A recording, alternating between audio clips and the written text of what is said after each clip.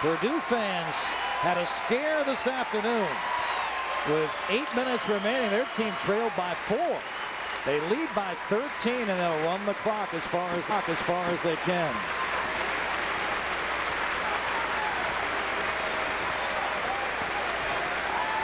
Keaton Grant had a couple of big threes earlier in the half, and here he is with the ball, and now he turns it over.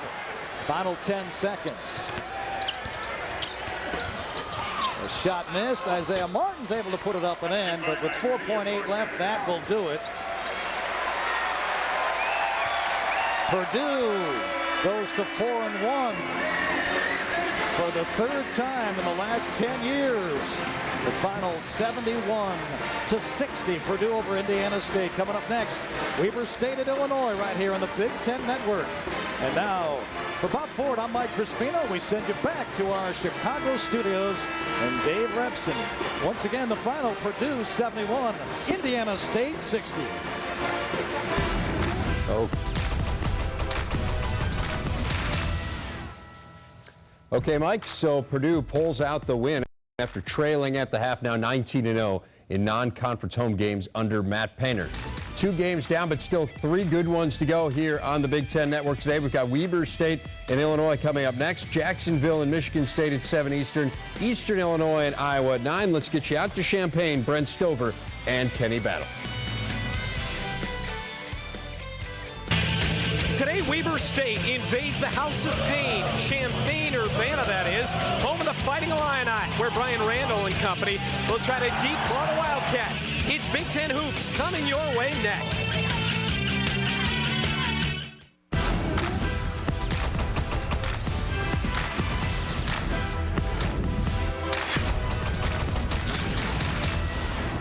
Welcome inside Assembly Hall, one of the great venues in college basketball, where they expect a packed house here today for the Weber State Wildcats out of the Big Sky Conference and the Illinois Fighting Illini, who enter play today at 4-2, coming off of an 8-point loss on the road against Maryland on Wednesday night. Hello, everybody. Brent Stover alongside former Illinois standout. It's Kenny Battle. And Kenny, Bruce Weber not pleased with his Illinois team right now. Well, Coach Weber is very upset. They're not playing well on the post. They're not shooting the ball well. They're not rotating well on defense. So he was pretty adamant with them today at practice and let them know, hey, we can't continue to do this. We have to get it done. They will no doubt have their hands full here today with Arturas Velika, a very good player both inside and out. Yes, he averaged 14.8 points a game, 11.6 rebounds, and shooting 57% from the three-point line. This is a guy that would definitely hurt you on the low post as well as on the outside. Velika, the Big Sky Player of the Week back in mid-November, enters play today.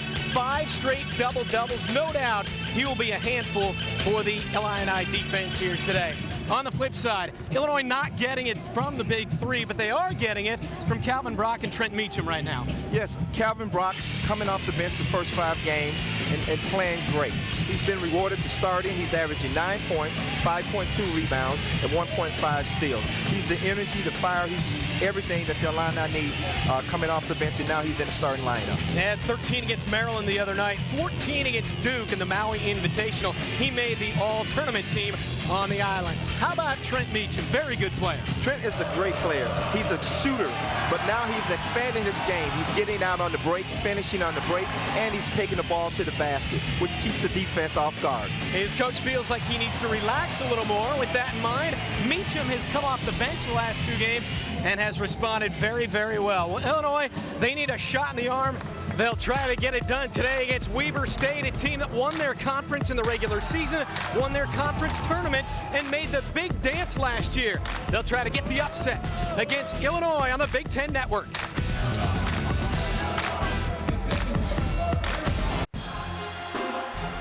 Every week, relive the drama on the Big Ten's greatest games. It's all here. The legendary stars, the incredible slams, the amazing performances, and the unforgettable finishes. Catch all the great action, the Big Ten's greatest games, only on the Big Ten Network. After an amazing season-long competition, a Friday night tailgate champion has been crowned. And the 2007 TCS champion is Illinois!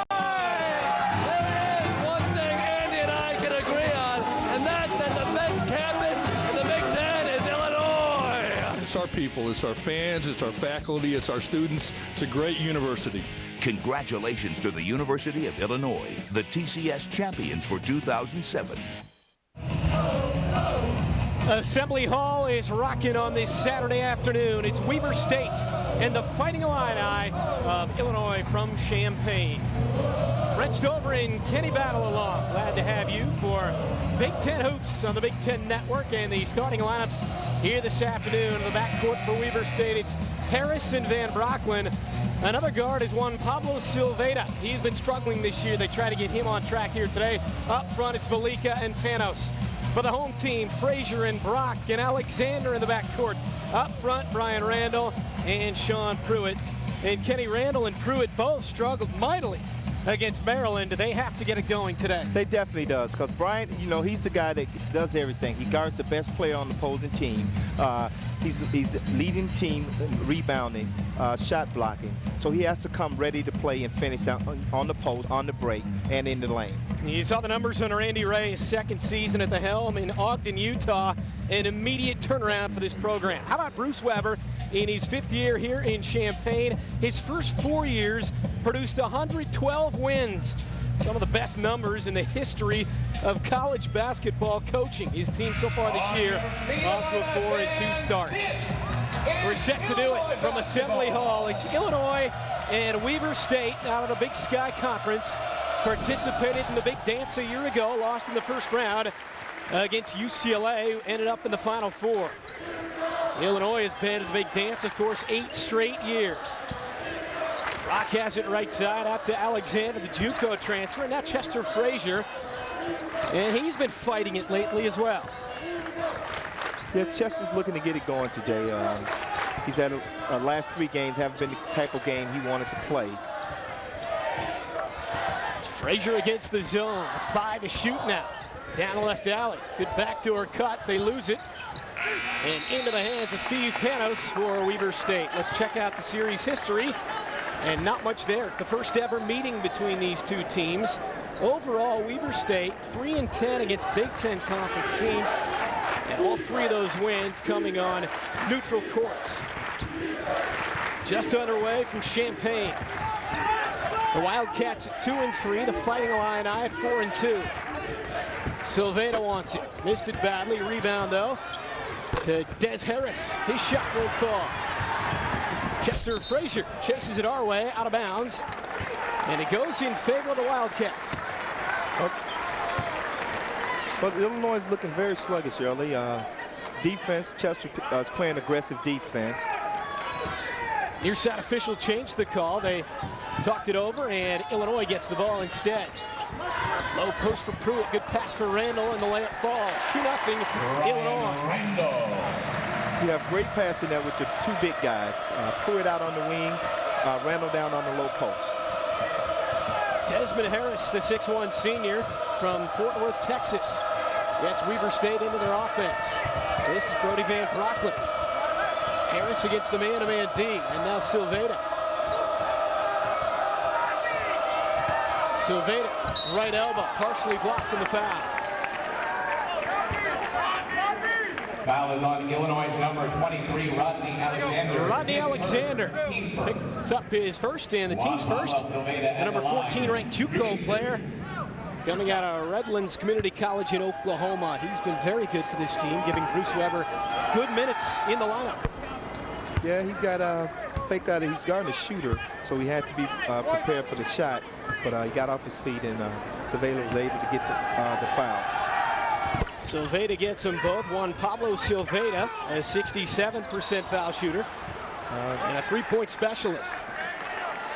Illini just turned it over on an out-of-bounds play. So Weber State gets the ball back. We're tied at 2. 18-22 in the first half. From Assembly Hall in Champaign. Off the screen, Van Brocklin dials long distance, and Weber State the early lead. And a foul in the backcourt against the Wildcats. Van Brocklin is a very good shooter as well. They've got some good shooters. It's a matter of getting them freed up here this afternoon.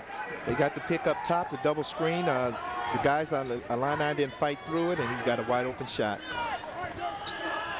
Alexander, the 6'7" junior, at the Frazier. Swinging right for Brock against that 2-3 zone.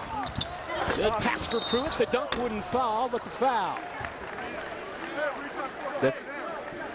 This is the type of aggressive play that Pruitt is going to have to bring every night. Whether he makes it or not, he's attempting aggressive move to the basket. Sean Pruitt, the 6'10" senior from Aurora, Illinois. Third team All Big Ten a year ago. Preseason All Big Ten this year. Pretty good numbers, but against Maryland on Wednesday, just 4 of 16 from the field. That's through the first one. Pruitt a 48% foul shooting. I've talked to Sean a lot shoot around today, and you know, he was just stressing that he has to be patient, take his time, and make a quick move to the basket before the double team gets there. Second one for Pruitt is in there. It's a 5-4 game as you saw Meacham into the lineup. Third game in a row that Bruce Weber has brought Meacham off the bench. Man-to-man D by Illinois. We expect 40 minutes of that this afternoon. Des Harris and a foul away from the ball.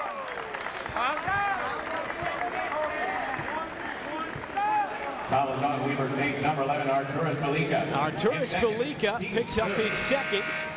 Third team foul against Weber State, and Velika goes to the bench, and that is not good news for your second-year head coach Randy Ray. Yeah, it's not. Your big guy's going out. He's going to get you double-double and take away your scoring and rebound. But the Illini, they're struggling with the motion offense that Weber State is putting on them. Don't try by Pruitt, partially blocked, couldn't get it to go, and the ball out of bounds to the Wildcats. And the faithful here in Champaign not happy. Moving the ball very well.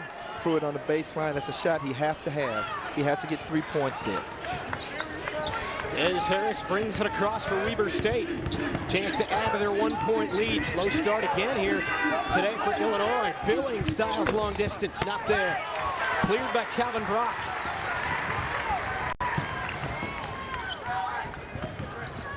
Frazier against Silveda. Bounce pass, low block, good spin move. Pruitt draws the double team though. Into the corner, it's Brock. Randall wants it from the baseline. Off the front iron. Rebound to Weber State. Brody Van Brockland.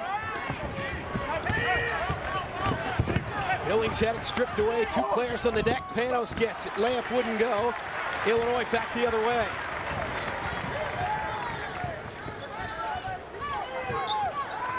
For Weber State. Meacham tees it up and buries it. 3-pointer, Trent Meacham off the Illinois bench. When you get 2 big guys involved in the pick and roll, that's going to free up the shooter right there. Sean set a great pick.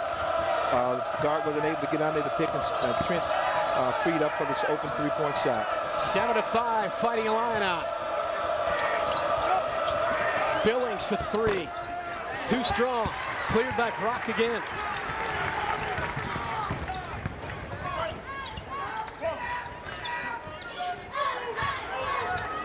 Weber State into the man-to-man. Randall all the way to the cup. Couldn't finish, but the follow goes.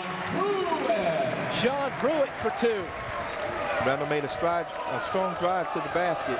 Unfortunately, he missed the layup, but Sean was there to clean up for him. Illinois leading 9-5. Silveda.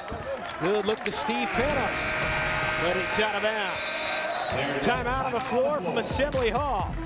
The home team with the early lead, thanks in large part to the finish by Sean Pruitt. After an amazing season-long competition, a Friday night tailgate champion has been crowned. And the 2007 TCS champion is Illinois! There is one thing Andy and I can agree on, and that's that the best campus in the Big Ten is Illinois! It's our people, it's our fans, it's our faculty, it's our students. It's a great university. Congratulations to the University of Illinois, the TCS champions for 2007.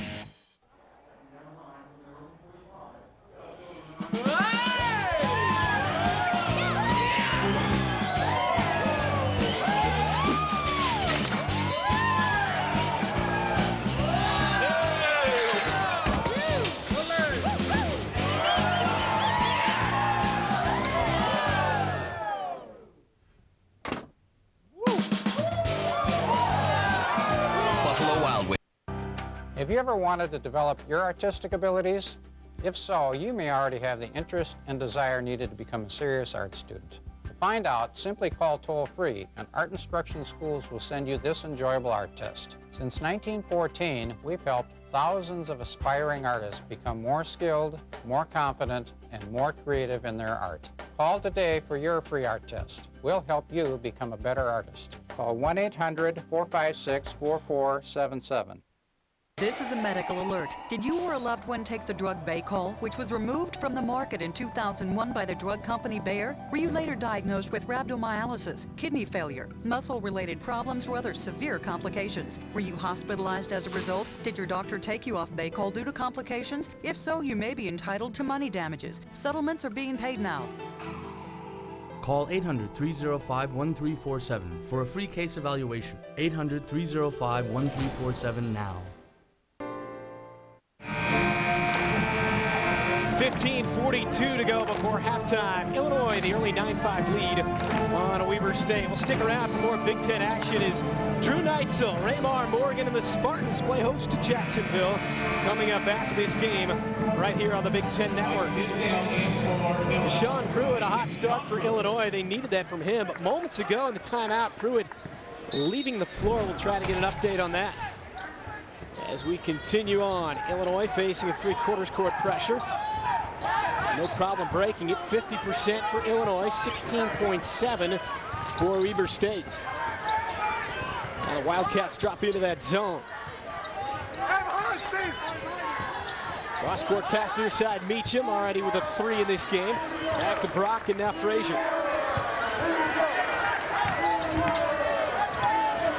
6 to shoot for the Illini. Frazier from Meacham. He's going to have to throw it up there, and it's in. Right at the buzzer. How about that? That was a great shot. Shot I saw in practice on the day in shoot-around, the little running floater on the baseline. If he can continue to perfect that shot, he's going to be very dangerous. 11-5. Illinois with the lead. Silveda. Des Harris resets it. Nearly out of bounds. Billings off the leg of Randall, and Weber State stays with possession.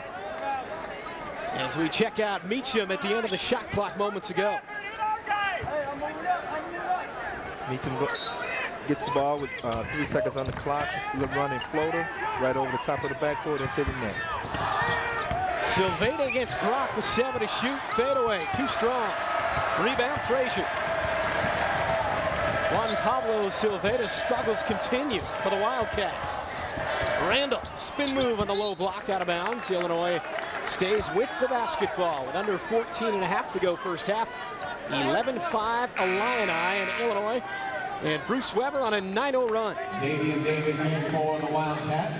And they needed a quick start here today. He's frustrated with the way they played against Maryland. Didn't shoot well.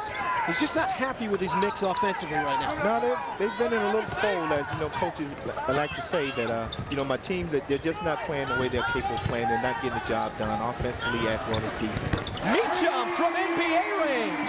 Trent Meacham is on fire. One little shot can make a difference for a shooter. He's got the easy floater, and now he's stepping back farther on the three-point line. How about the decision by Bruce Weber to bring him off the bench now 3 games in a row? It builds his confidence. You know, it builds his confidence. He knows he could easily start, but now he gets an opportunity to bring more firepower off the bench with a lot of young guys on the bench. Harris from 15, it's in there. An answer for Des Harris, 14-7. Meacham feeling it right now. Instead, gives off to Randall. He wants it. Left side of the iron, cleared by Weber State. Steve Panos climbs the ladder for it. Panos traveled with the basketball. Back to the Illini. Rodney Alexander, Dimitri McCamey, and Bill Cole all checking in for Wholesale substitutions here for Bruce Weber. Bill Cole into the lineup, as well as Mike Tisdale. Tisdale, the big guy, number 54. A 7'1" freshman, but only 220 pounds. He's a guy visiting with the coaching staff yesterday. He's a guy that needs to put on 25, 30 pounds, Tisdale. Definitely. If he can put on the extra weight, it definitely will help him out because he's able to do it on the outside. He just have to be able to continue to do it on the inside. Also into the game is Dimitri McCamey, driving baseline there. I've been impressed with Dimitri. His play has been, up to par. He's getting it done. He has a great guard body size. The strength is definitely there. And it's just the maturity. Is he going to come along early, or is he going to be a late bloomer? McCamey, 5 points, 2 boards a game. Bellwood, Illinois, went to St. Joseph. Very good high school in the Chicago area. McCamey has it right of the circle. 2-3 zone by Weber State. 15 to shoot. Meacham near side. And a travel against Tisdale. Now they say he has a huge upside, but has a lot of growing to do. We talked about the weight issue, but as far as the skills as well, he's got some things he's got to get accomplished here in his freshman year. Oh, definitely. As you can see right there on that play, all the guy did was just put his hand on him and push him off and force him into a travel.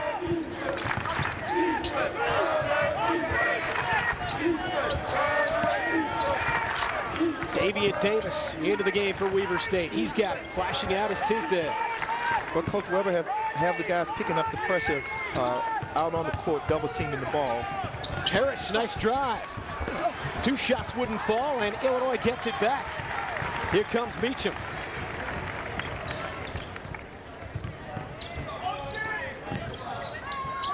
Rodney Alexander. Meacham off the screen for 3.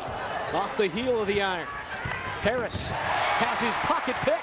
McCamey, easy lay-in. Illinois leads by 9.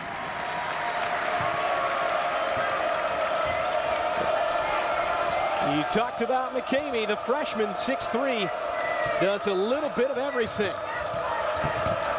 Makes his presence felt. Aaron passed that time by Silveda. Turnover again. Back to Illinois. Silveda's struggles continue. 11:39 left in the first half. Illinois, the early 16-7 lead. McCamey off the bench. If you're remodeling your kitchen, you can't afford to miss this information. It's the information retailers don't want you to see. Prior to joining Direct Buy, we'd already priced out our whole entire house of cabinetry for this project, and it was going to come to a little over $60,000. But when we went back to Direct Buy, they came back with $38,000, and that was everything included. So the savings is almost too good to be true. Imagine paying insider prices for items like kitchen cabinets, plumbing fixtures, countertops, and appliances. There's now a way to buy virtually everything you need at prices you never imagined possible. Call the number on your screen now to receive your free insider's guide to buying direct. Plus, you'll also receive a free visitor's pass for an exclusive tour of your local Direct Buy showroom. Call right now to get started buying the Direct Buy way. Stop paying retail and become part of Direct Buy, the private members-only showroom and design center. Don't wait another minute. Pick up the phone and call now. College basketball on the Big Ten Network. Witness the rim rattling, shot-swatting, high-flying action when your school hits the hardwood. Big Ten Men's College Hoops, tonight in high def on the Big Ten Network. Tomorrow night, don't miss the Big Ten Tonight Bowl Selection Special. Find out when and where your team will be playing.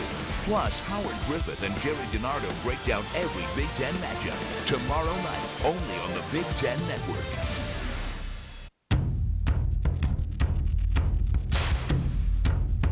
It's not just a jersey. It's a symbol of who we are.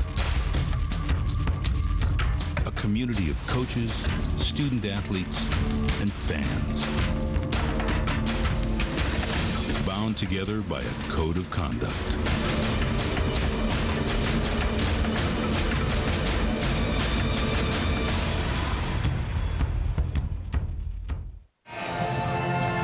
A 14-2 run for Illinois in the last 5 minutes, and they take the 16-7 lead. And Trent Meacham off the bench for the 3rd game in a row, making his presence felt. Yes, he is. This is what Trent does best. Shoot the ball, getting an easy basket. As here he's going baseline, shooting the floater. That's what a shooter wants. If you give a shooter easy basket, the outside shot's going to come even easier than that. And then from very, very deep, knocking down the 3, and 8 quick points from Meacham.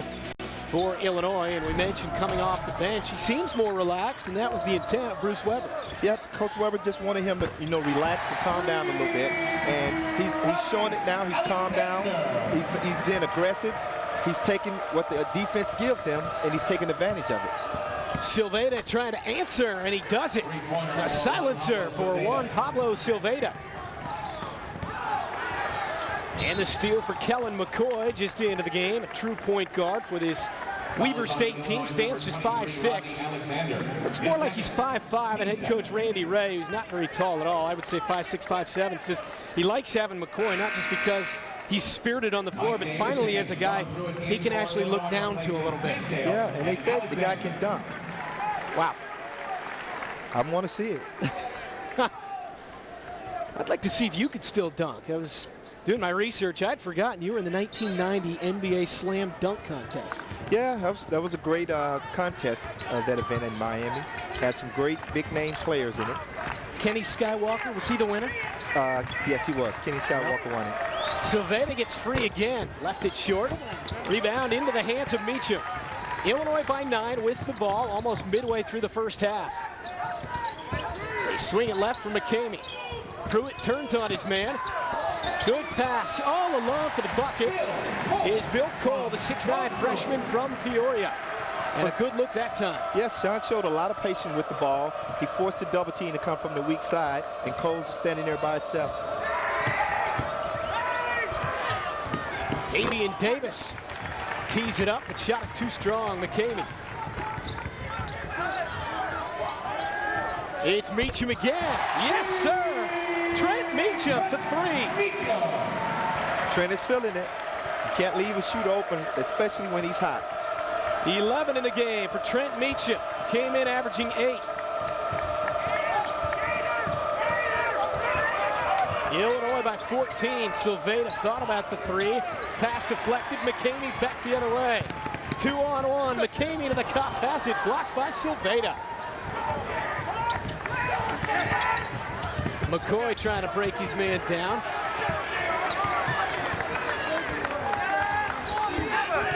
Nine and a half in the first half. Illinois by 14. Silveda again.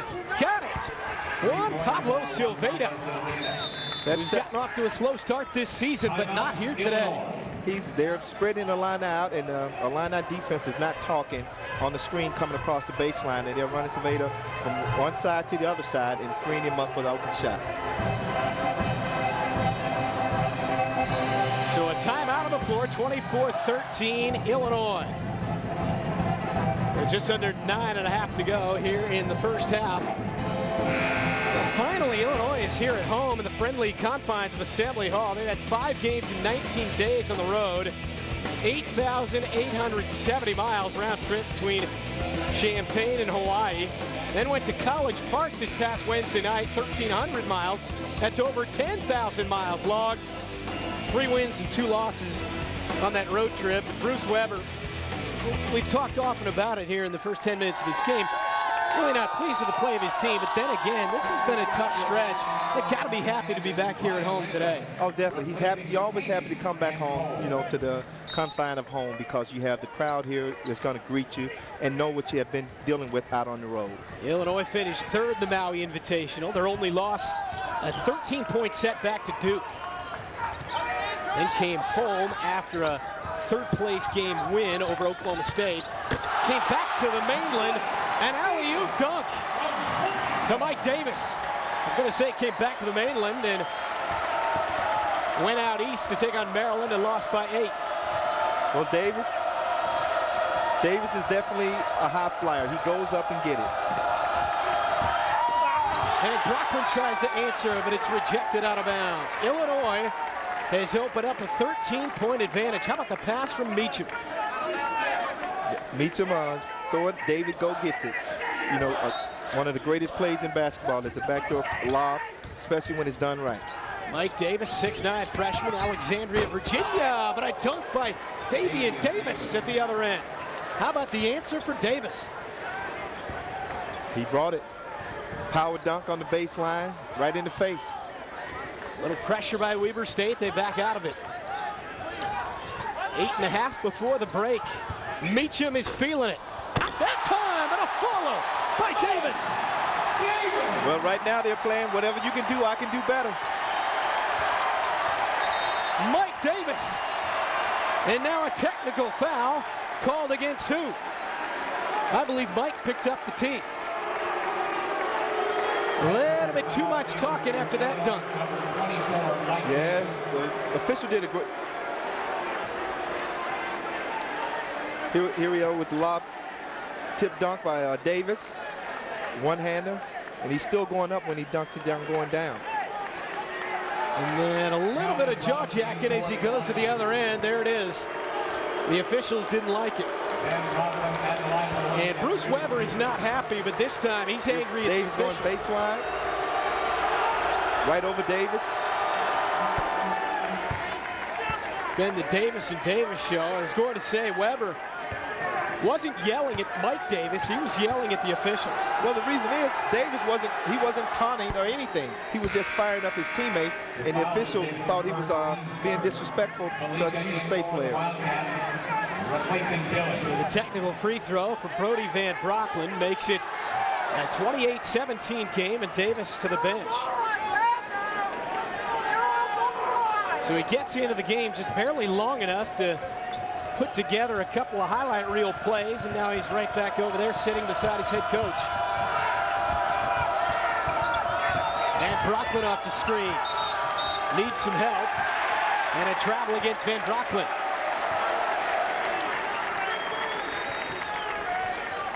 Illinois gets it back. The advantage is 11. Coach Weber's continued to turn up the pressure on the defensive end. He's extended and he's double teaming in the corners.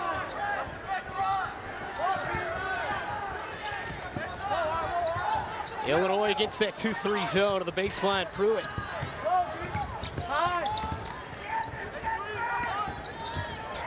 Chester Frazier over to Meacham. Tees it up again and knocks it through again. Trent Meacham. The Illini showed a lot of patience and got what they wanted. The three-point shot by Trent. They have not been shooting the basketball well, but that has changed here today in the first half. Meacham, 4 of 6 from bonus distance. Arturas Malika draws the double team and brings it out. He's been silent early, picked up 2 early fouls and had to go to the bench. McCoy to the elbow. Good pass, but blocked to the baseline. He's 55, Trevor Morris, but a foul called against Brian Randall. 7:14 left before halftime from Assembly Hall in Champaign. Illinois by 14.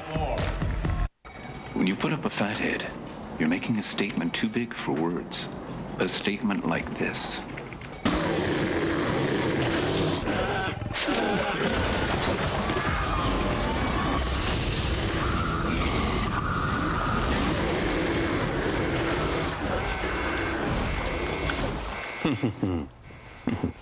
Maybe you need something more. How about the NFL, NBA, MLB, NASCAR? If you can think of a sports-related acronym, we probably got a fathead for you. The biggest names and moments captured at the height of intensity, plucked from the playing field like ripened fruit that can smack you in your ear hole. Nice work, fellas. Hall of Famers, ex-gamers, QB sackers, revitalized Packers. I'm starting to rhyme, and I like it. Fathead. A passion that's been building and building, so put it in your building. Get your favorite fatheads from the NFL, plus MLB, NBA, NASCAR, and more. For a limited time, buy one and get half off the second at fathead.com. Playing volleyball in the Big Ten has been a dream come true. It's taught me how to work well with others and be the best teammate possible. My other dream is to be a fighter pilot. And in ROTC, a big focus is on leadership, control, and teamwork. Volleyball has helped me develop those skills. I'm Beth Bertsky, and that's my Big Ten story. Celebrating Big Ten women's athletics. Stories of tradition and excellence.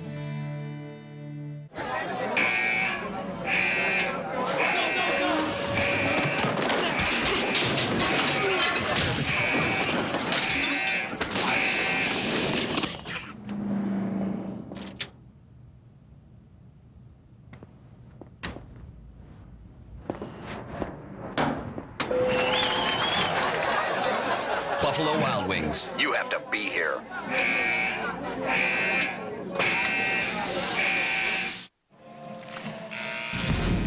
Big Ten Network men's basketball is brought to you by U.S. Bank, home of the 5-star service guarantee.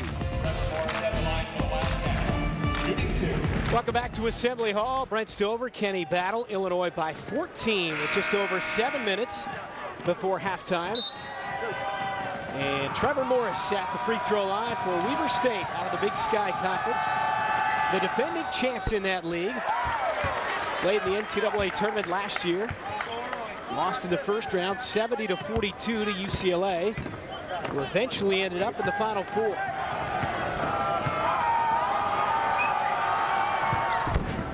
Morris gets the second. So he takes down one of two, 31-18, and Steve Panos back into the Wildcat lineup. And Morris checks out.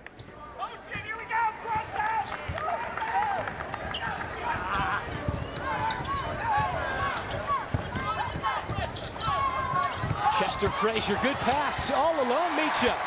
His big first half continues. Coach has them into the quick motion, and they're running at full speed, and Trent's able to get freed up for a wide open layup. And the steal from Meacham.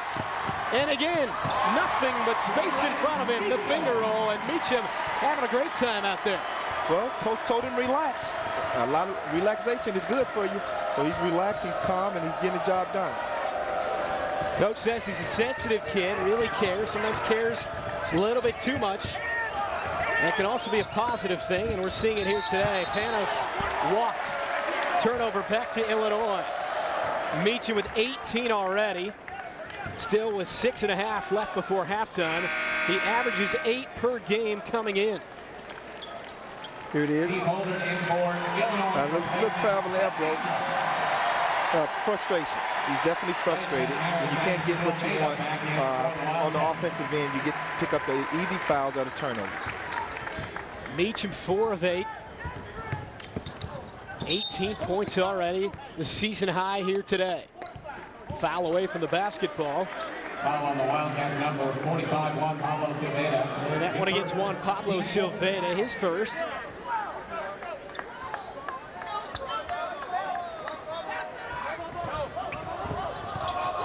Illinois to inbound. They get it into Frazier. Now Calvin Brock. Steve Holdren between the ranks. And back to Frazier against that 2-3 zone of Weber State.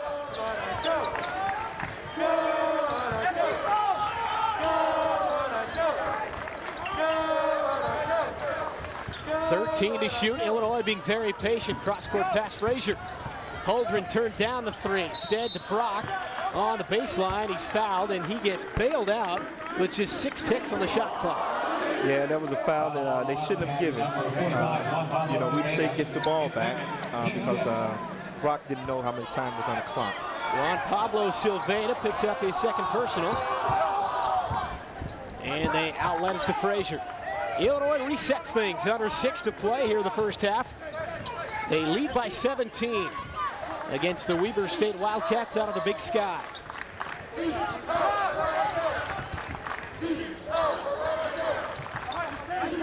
Calvin Brock skip past Frazier. Frazier looking in, instead Randall in the corner. Illinois showing very good patience. Randall high post, Brock in the corner, tees it up and buries it. Brian Randall, I should say, Calvin Brock with the bucket for Illinois. And the Illini open up a 20-point lead.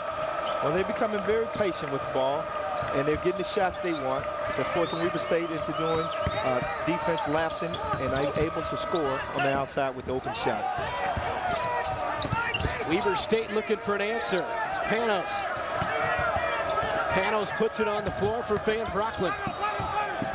Panos stole away Brock. And into the hands of Sean Pruitt. Illinois back the other way.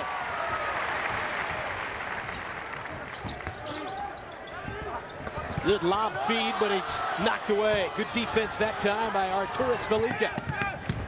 Des Harris into the lane, gets fouled. And Harris will go to the foul line. Illinois on a 10-1 run. They've opened up a 38-18 lead with 4.5 before halftime, and Harris to the line. Des Harris, a 73% foul shooter. You see the numbers, 7 points, 3 assists. Knocks in the first one. Mike Davis back in for Illinois, replacing Ryan Reynolds. And Davis back in for Illinois. Couple of nice dunks for him in limited action before getting teed up. Yeah, he's pretty happy to get back in. He's got the energy flowing.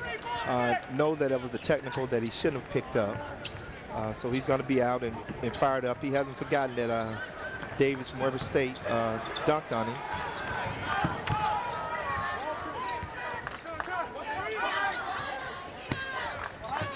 Brock for Davis. 4:16 in the first half. Illinois by 18. Holdren spots up. Long rebound, good hustle by Pruitt. A fresh 35 for the Illini.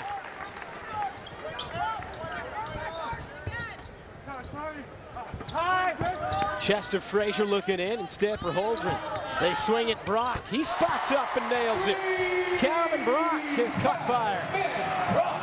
Well, it's same corner, same result. Weber State is not rotating out, and he's in his zone now. He's feeling that shot, and he's taking it. Brody Van Brocklin against Holdren. Silveda for Des Harris. Valika has it knocked away. Back the other way, it's Chester Frazier. Leads it for Davis. Mid-range jumper falls.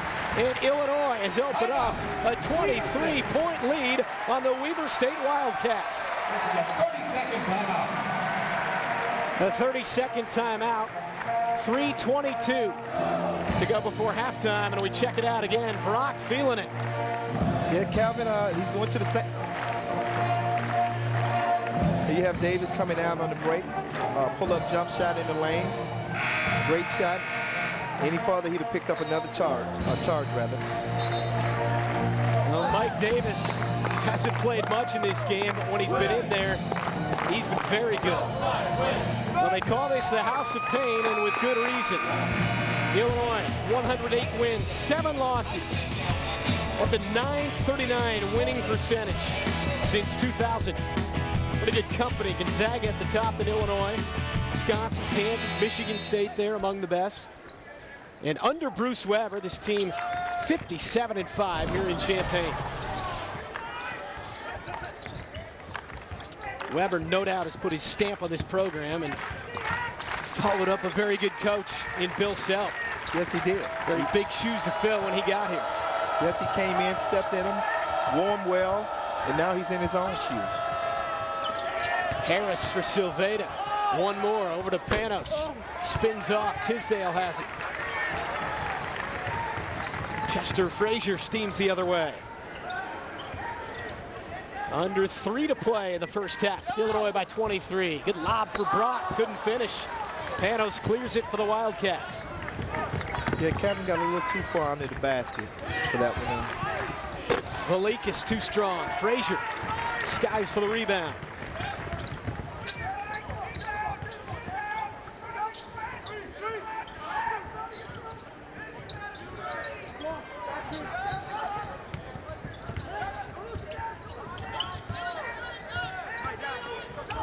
Tisdale turning on his man. Finds Meacham off the screen. Davis at the elbow. 10 to shoot from Meacham. He's got 18 of the game. Meacham all alone. No problem. Well, when they're guarding you for the 3 and he's developed his game going to the basket, that's going to happen.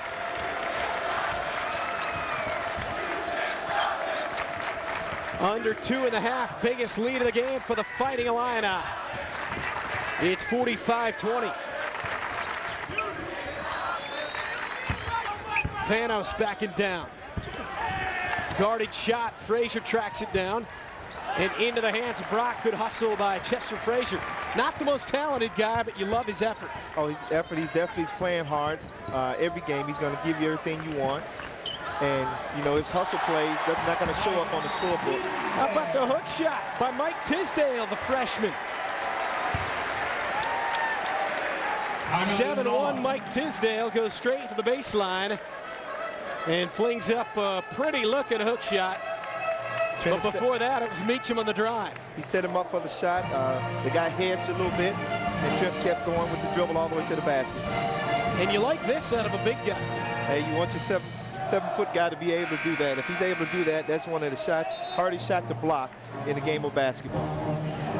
Tisdale, 220 pounds. We talked about he's got some work to do, but Bruce Weber says this guy can be a special player. He definitely can. He has great work ethic. He works hard. He's the type of young man that wants to succeed. And any instruction you give him to make him successful, he's going to adapt to it and do it and get it done. He's a guy this Illinois team really battling for minutes. And Coach Weber talking about it earlier this week. He's facing some he's never faced in his career throughout. He's always been a guy that rotates 8 or 9 players. So this year he says sometimes it's 10, 11, maybe even 12. I mean, he'd like to find a rotation, but so many guys right around the same area as far as quality of play. It's a great situation to be in, because now you have a decision whether you say you have 9 or 10 guys, 9 guys, you can go 11, or even maybe that 12th guy. One of the guy earning playing time is that guy Meacham. They're happy here at Assembly Hall, leading by 27. Are you kidding me? These are the games where the athletes give everything they have. What a ball game tonight.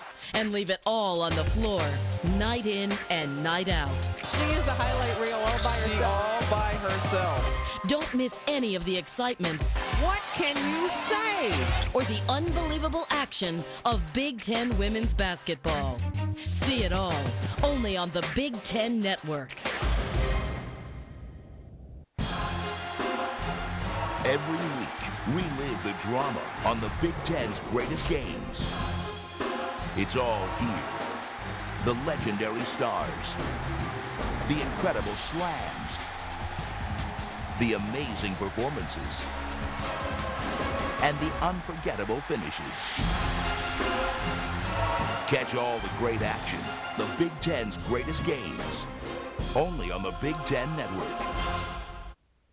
To enjoy lifelike, room-filling sound, you used to need large, complicated equipment. Not with the Bose Wave music system. It's barely noticeable in your room until you turn it on. You can hear everything, and it's just amazing that all that sound comes out of that little space. The sound quality was just phenomenal. Forbes FYI says you'll think you're listening to a system that costs 5 times more. Inside, Bose waveguide speaker technology delivers room-filling sound. I'll never forget it. I'll never forget the sound. It's magic. Slide a CD or MP3 CD into the Wave music system or listen to FM or AM. Connect your MP3 player or TV.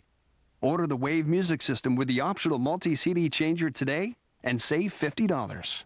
Ask about making 12 easy payments with no interest charges from Bose. Hear it risk-free for 30 days. The Bose Wave music system. Once you've heard it, everything else just doesn't measure up.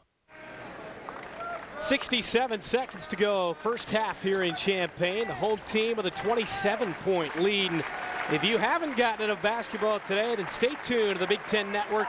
2 more games coming up after this one. Drew Neitzel and the Michigan State Spartans play host to Jacksonville. Then it's action from the Hawkeye Challenges. Iowa takes on Rice. It all happens as soon as we're finished right here in Champaign. A couple of players fighting for it on the deck. Illinois gets the timeout with just under a minute to play before halftime. Illinois leading 47-20, and Trent Meacham and this Illinois bench. We talked about the reserves coming off. Well, this guy once upon a time was a starter, but now he's coming off the bench and really thriving. Yes, Trent's coming in, coming off the bench, and doing a great job coming off the bench. Well, what happens here? What do you see here? Well, the defense is expecting a shot coming up, and all the blue shirts just stop working, and Trent just goes to the basket uncontested. It's as easy as that for Trent Meacham, who's having a career day here this afternoon. At 9 against Maryland on a Wednesday night, 20 here today. We're not even at halftime yet. And Meacham's a walk-on. How about that? Yes. When you can have a walk-on like that come to your program, and a local guy, which makes it even better. At 17 against Oklahoma State in the Maui Invitational. Illinois ball out of the timeout, under 50 ticks in the first half. Meacham has it in his hands, looking for Tisdale. And a foul against number 44. That's Trevor Billings, the 6'8" senior for the Wildcats.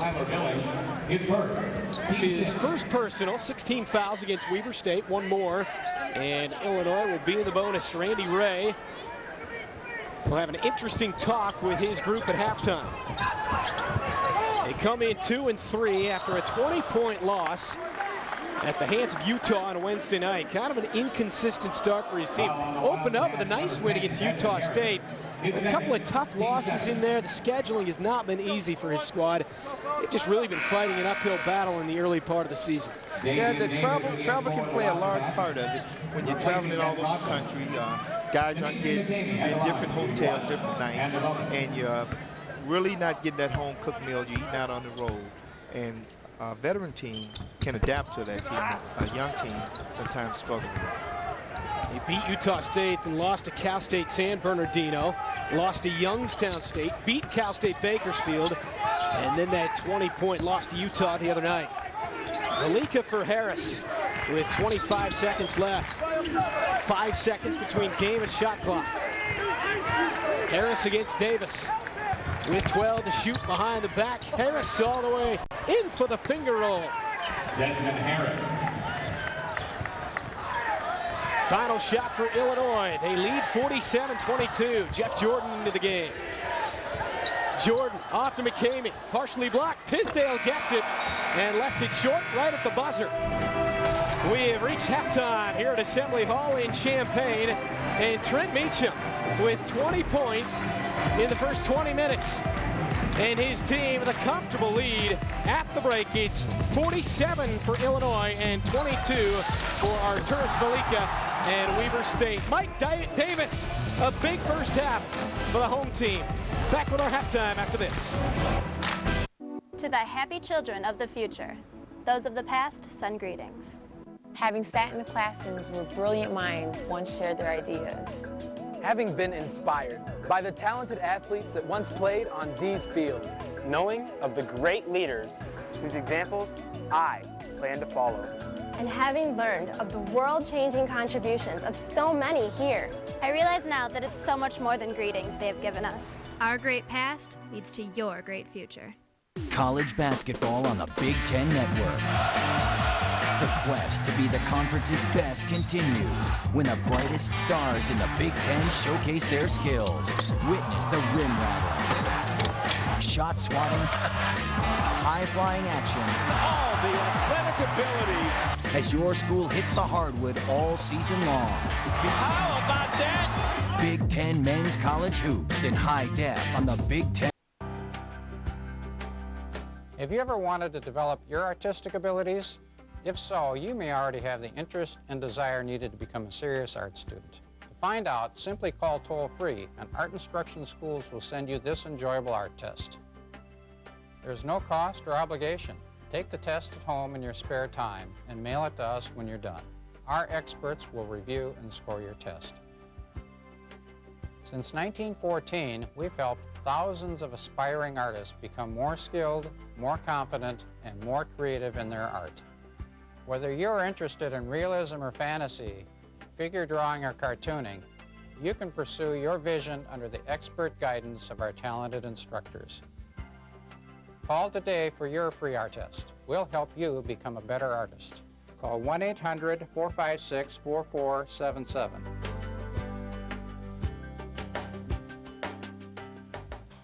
You help America. Hi, this is Coach Bruce Weber, and you're watching the Illini and the Big Ten Network.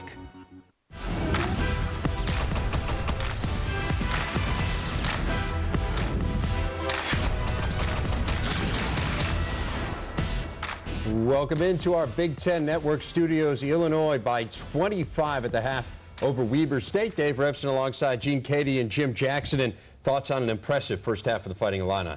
Well, you know, Illini's been on a lot of road trips lately. They've been to Hawaii and then down to Maryland, and they just have a ton of miles on their travel agency now, and they've got their legs back under them now, and they're shooting the ball extremely well. And then when you shoot the ball well, Dave, you start playing defense at the Magic level, and then that makes for a great afternoon for you.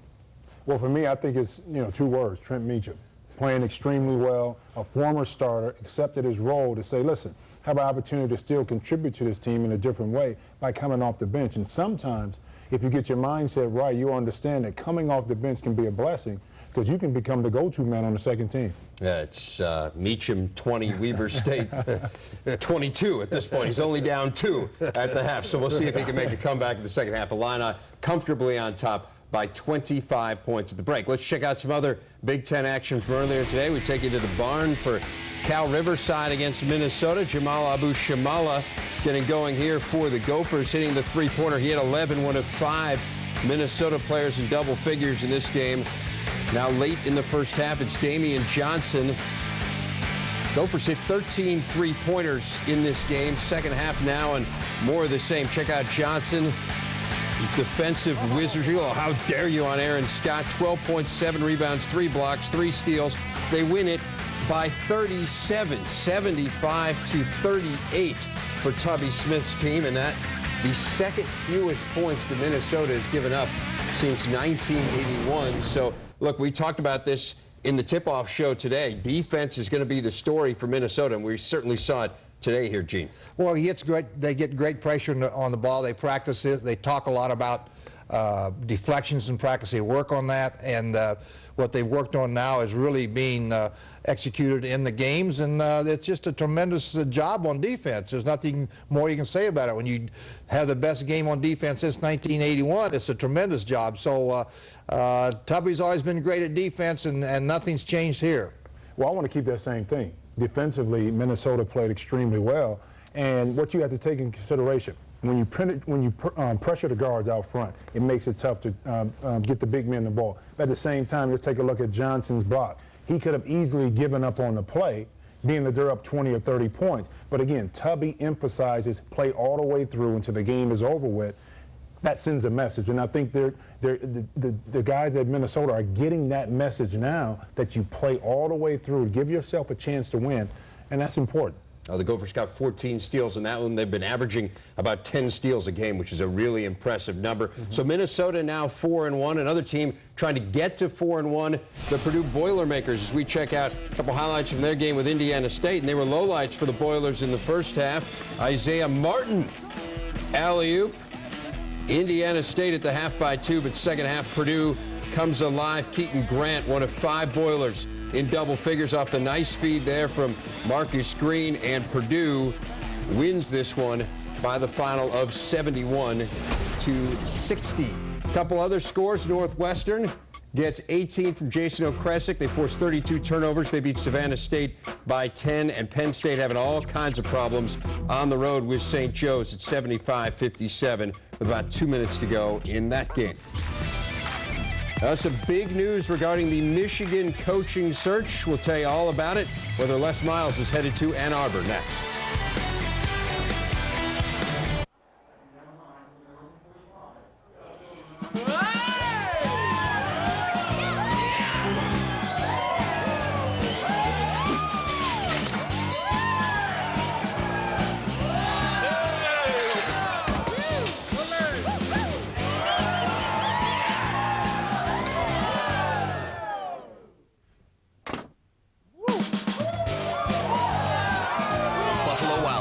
You have to be here. The Big Ten Network allows every one of our players to be seen from coast to coast, and there's no other conference in the country that can say that. I think this network is awesome. The Big Ten Network is an excellent vehicle for us to get young women, young little girls getting excited about women's basketball. It also helps our future recruits because they're watching our games, they're watching the Big Ten Tonight, they're watching the coaches' shows, so it just gives us such a great advantage with our exposure. Every week, relive the drama on the Big Ten's greatest games. It's all here. The legendary stars, the incredible slams, the amazing performances, and the unforgettable finishes. Catch all the great action, the Big Ten's greatest games, only on the Big Ten Network. college basketball on the Big Ten Network. Witness the rim rattling, shot-swatting, high-flying action when your school hits the hardwood. Big Ten men's college hoops, tonight in high def on the Big Ten Network. Tomorrow night, don't miss the Big Ten Tonight Bowl Selection Special. Find out when and where your team will be playing. Plus, Howard Griffith and Jerry DiNardo break down every Big Ten matchup. Tomorrow night, only on the Big Ten Network. Les Miles will not be the next Michigan head coach. Miles had been the front runner to succeed the retiring Lloyd Carr, but said today that he is staying put. Our Jerry DiNardo tells us how it went down. Earlier today, it was reported that Les Miles was leaving LSU to go to Michigan.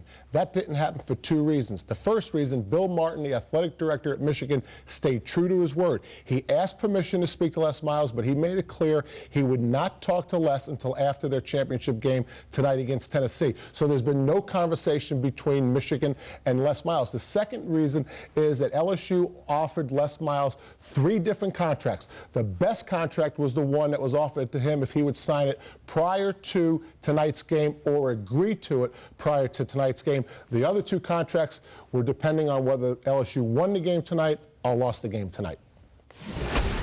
Complete coverage on Les Miles' decision to stay at LSU and what it means for Michigan on Big Ten tonight. We've got Illinois on top by 25 at the break. We'll get you back to Champaign after this. Hi, I'd like to apply for a home equity loan. Well, I'm all ears. What's your name? Rob Lee. All right, Bill, can I call you Willie? Emma, how about a cup of coffee for Frank here? Rob. I heard that. You married Ernesto? No. Little something for the missus. Here's your milkshake, Kenny. Rob. Uh-huh. Other banks aren't always personal. I need you here, Teddy. U.S. Bank home equity loans are designed for you. Flexible terms, no closing costs, and a great rate. Apply online, in branch, or over the phone. U.S. Bank, 5-star service guaranteed. How many stars does your bank have? Bye, Murray. Rob. Are you kidding me? These are the games where the athletes give everything they have. What a ball game tonight. And leave it all on the floor, night in and night out. She is a highlight reel all by herself. All by herself. Don't miss any of the excitement. What can you say? Or the unbelievable action of Big Ten women's basketball. See it all, only on the Big Ten Network. So why do they call it the Big Ten? For starters, it's so big, it's not 10, it's 11. It's big and loud, really loud. 9.5 on the Richter big. It's tall men climbing taller ladders. We're talking Hollywood big. Move over and let the big dog eat. It's big even when it's little. You can even call it tubby. It's not just big, it's big. It's bigger than the conference. It's a country. Big Ten country. And this is where it lives.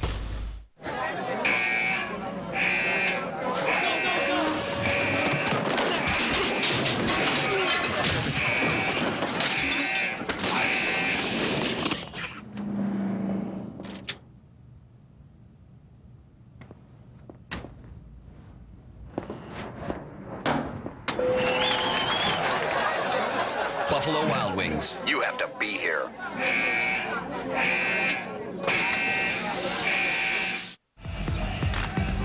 At halftime in Champaign, Illinois with no problem against Weber State out of the Big Sky Conference. It's 47-22. Welcome back courtside. Brett Stover, Kenny Battle. And Kenny, in the first half, it really has been the Trent Meacham show, but just overall, your thoughts on the play of the Illini coming out here today? They come out, they're very aggressive. Their defense is very aggressive all over the court. They're moving the ball, they're being very patient, and they're basically getting whatever coach, whoever calls out, they get at the other end. We've talked a lot about Meacham, 20 points. That's a season high for him in the first half. He's gotten it done from about every angle so far. He's hitting it out, the outside three. He's got a running jumper going to the basket. Another deep three for him. You know, he's got a steal coming up. This Illinois team was 9 for 29 from three-point distance against Maryland the other night. So it's nice to see a guy like Meacham come out and shoot it well from three-point land. But it's also nice to get nice high-flying acts, high-wire acts by guys like Mike Davis off the bench. He's only played 7 minutes, but 6 very exciting points for Davis. Definitely. He's definitely a high flyer. He's a guy that goes up above the square, threw it in with a big block. And here's a tip dunk. Definitely got the crowd going, got him pumped up, and a technical. Mike Davis did get a technical after that second dunk, but his head coach was angry at the officials, not him. So he has 6 very good points off the Illinois bench. Field goal percentage, 61%. If you're Weber State, you're trying to spark the upset today, there's no way you can come in and shoot 27% in the first half. Definitely, you can't do it. You cannot shoot that percentage on the road and expect to win, especially against a team like the Illini. I talked about Illinois 9 for 29 from bonus distance the other night, 7 of 12 in the first 20 minutes, and 18 points in the paint for the Illinois Fighting Illini. At Assembly Hall in Champaign, the home team a 25-point lead at halftime. To the happy children of the future, those of the past send greetings. Having sat in the classrooms where brilliant minds once shared their ideas. Having been inspired by the talented athletes that once played on these fields. Knowing of the great leaders whose examples I plan to follow. And having learned of the world-changing contributions of so many here. I realize now that it's so much more than greetings they have given us. Our great past leads to your great future. After an amazing season-long competition, a Friday night tailgate champion has been crowned. And the 2007 TCS champion is Illinois!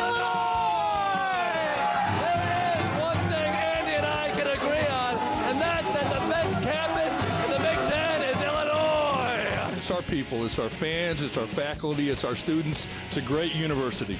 Congratulations to the University of Illinois, the TCS champion. Stand out from the crowd with real music ringtones from Thumbplay. Join today and get 3 bonus ringtones. Text P6 to 48,000 and get Jay Holiday.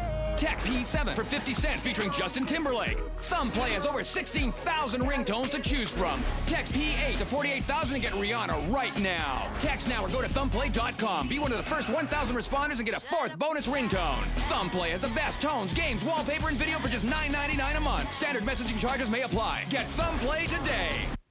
You've got over $10,000 in credit card debt and you can't ever see breaking free, then call J. Warren Financial and do it now. Being in over your head is a vicious cycle. J. Warren Financial will work on your behalf to get you out of debt and back on track. This is not bankruptcy. We fight for you using our proven experience and the insider programs that credit card companies try to hide. If you owe at least $10,000 to the credit card companies, you owe it to yourself to call J. Warren Financial at 800-215-2593. You're watching the Big Ten Network. We're about set for the start of the second half. 47-22, Illinois leads the Weber State Wildcats, and plenty more Big Ten hoops coming up after we are done. Stay tuned to the Big Ten Network. Drew Neitzel and Michigan State play host to Jacksonville. And then it's action from the Hawkeye Challenge as Iowa takes on Eastern Illinois. It all happens as soon as we're finished here in Champaign, only on the Big Ten Network. We're set for the final 20 minutes.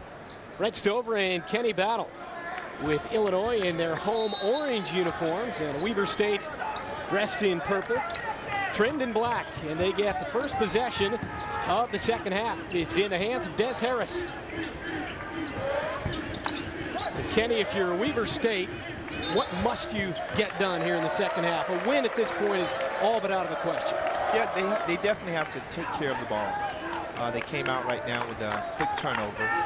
They have to put the pressure on Illinois, force Illinois into turnovers, and capitalize on the mistake that Illinois makes on defense. Meacham with the ball, 20 points in the game. Calvin Brock has also had a nice first half. Meacham from 18 knocks it in. But Meacham picks up where he left off. Definitely, he's come back. He hasn't missed a step, and he's feeling it. He's in his zone. He's relaxed, taking the shot they give him and creating his own shots as well. Juan Pablo Silveda for Van Brocklin. Pruitt flashes out and ends up with the ball in his hands. Not sure you can call it a steal, but right place, right time for the big man. Yeah, definitely. Frazier spots up. Frazier for three.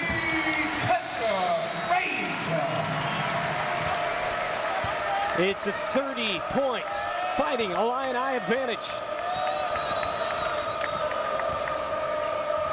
Arturas Velika quiet in the first half. More on that in a moment. Silveda. Harris down the baseline. Harris couldn't get it to go, but draws the foul against Pruitt. Big man like Sean definitely should go for the ball. He had the right intention of trying to take the charge, but he was way out of position. Desmond Harris at the line. We talked about Arturas Velika in the first half. Wow. Struggles. Played just 10 minutes. Got in early foul trouble. 2 quick fouls right off the opening tap. And Arturas Velika has really not been able to get into the flow of the game. Well, Randall has been guarding him most of the time. And Randall, as you know, he's a defensive specialist guy. You know, he guards the tough guard, the small forward and the power forward, and even the center, and does a great job guarding all of those individuals. Meacham for Brock. Illinois has been very patient in this game. Good save try by Pruitt. But he stepped out of bounds. Turnover back to the Wildcats. We talked about Velika. Just 0 for 1 from the field and no points in this game. When you have your big guys, as he is, leading you in scoring and rebounding, he definitely going to have to contribute if Florida State want to get back into this game. Meacham all alone for 3. Too strong. Panos skies for the board. Silveda at the other end. Running jumper on the baseline. Pretty shot from Juan Pablo Silveda. 6'4" junior from Uruguay. Spent his summer playing for the junior national team in his home country. He's gotten off to a slow start this season in the first 5 games. That's been helped out by some tendinitis in the early part of the season. Good shot there on the baseline from Pruitt. And Tisdale into the lineup. Pruitt gets a well-deserved breather. He has a wrap on his thighs, Pruitt does, and they're over there re-wrapping it. It came off. A guy we haven't talked about for Illinois is Brian Carlwell. Had a tumultuous year last year. An off-the-court incident this year. Was struggling to get playing time. Just getting a few minutes from time to time. In practice yesterday, crashed hard on the floor. It's a badly sprained knee. He's going to miss 6 weeks.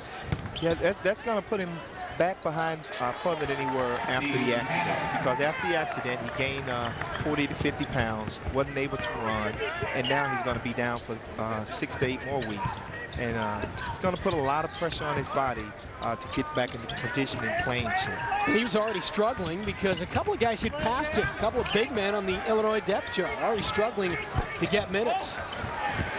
Yep, if he's able to bounce back and doesn't redshirt this year, he's definitely going to find minutes limited to him upon his return. Randall draws the contact in the lane. Foul against Weber State. Arturas Velika picks up his 3rd personal. So check out Carlwell, 6 weeks. And now you feel sorry for the young guy. He's had a tough couple of years here on campus. I've talked to him yesterday at shoot-around as well as this morning, and his spirit is very good. He understands the situation he's in, and, you know, he just has to deal with it and come back as strong, you know, as he was before. Meacham continues. The baseline J for Trent Meacham, the junior from right here in Champaign. He was on scholarship last year. Illinois had an extra one to give, but now he's back as a walk-on this season. He ties his career high with that bucket moments ago. Des Harris with the answer for the Wildcats. 56-29 score. 4 minutes deep into the second half. And a foul against Harris. Foul on the Wildcats, number 10, Desmond Harris, his 3rd. That's number 3 against Harris. Davian Davis checks in for the Wildcats, and Brody Van Brocklin for the Wildcat bench.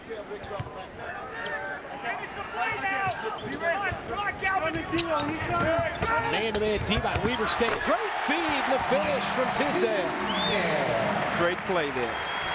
You get Brock running up on coming up off the screen, and Tisdale going to the basket for the easy dunk. Tisdale showing some moves here in this game. Near steal by Davian Davis. It's off his knee. And Illinois will have the basketball when we come back. Timeout on the floor. Mike Tisdale slams it home, 58-29.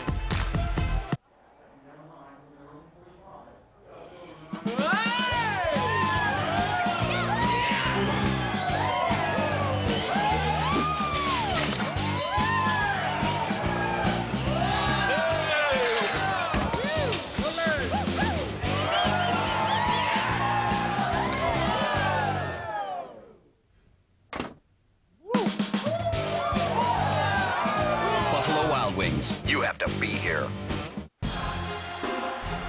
Every week, relive the drama on the Big Ten's greatest games. It's all here. The legendary stars, the incredible slams, the amazing performances, and the unforgettable finishes. Catch all the great action, the Big Ten's greatest games, only on the Big Ten Network. Are you kidding me? These are the games where the athletes give everything they have. What a ball game tonight. And leave it all on the floor, night in and night out. She is the highlight reel all by herself. All by herself. Don't miss any of the excitement. What can you say? Or the unbelievable action of Big Ten women's basketball. See it all, only on the Big Ten Network. A Big Ten season full of thrills. Touchdown! Spectacular catch! And the hits keep coming. Concludes with 7 must-see bowl games. He's going to go all the way. Nobody else in the picture. Touchdown. Be a part of the excitement. Off to the races and going all the way to the end zone. What a huge play. The Big Ten bowl season. Welcome to the big stage. Illinois shot 36% against Maryland Wednesday night. They're at 63% so far in this game, and they've got the big lead.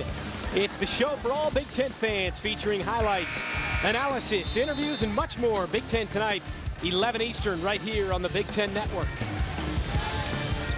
Chester Frazier brings it across for Illinois, 58-29. Fighting Illini the lead, a chance to get some of the subs into this game. Looks like one of those contests this afternoon. Alvin Brock for Brian Randall.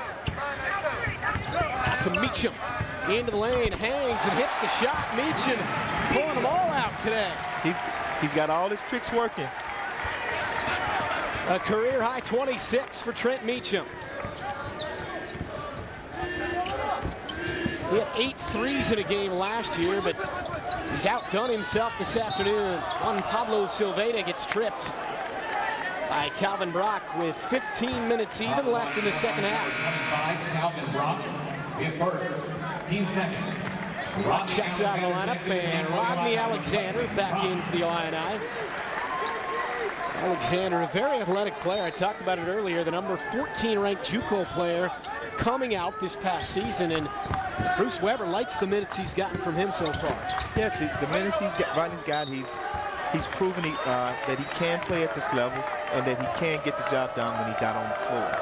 Whether it's on the offensive end, knocking down a 3, or on the defensive end, playing great defense. Watch it. Alexander has it in his hands, guarded by Davis. Randalls took too many steps that time. Illinois by 31 against Weber State. And Bruce Weber has to be pleased with what he's seen here this afternoon, and nice to be back home for this team. 5 straight road games, and they're back home and showing the fans a nice one today.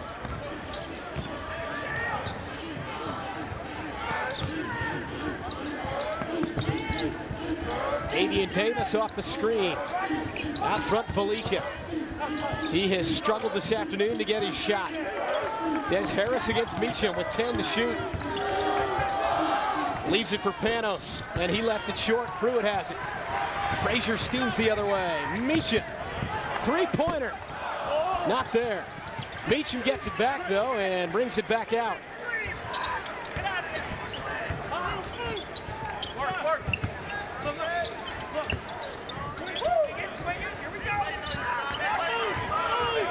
Meacham against Des Harris.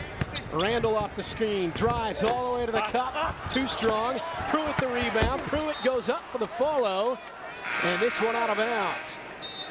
Illini hitting the offensive board.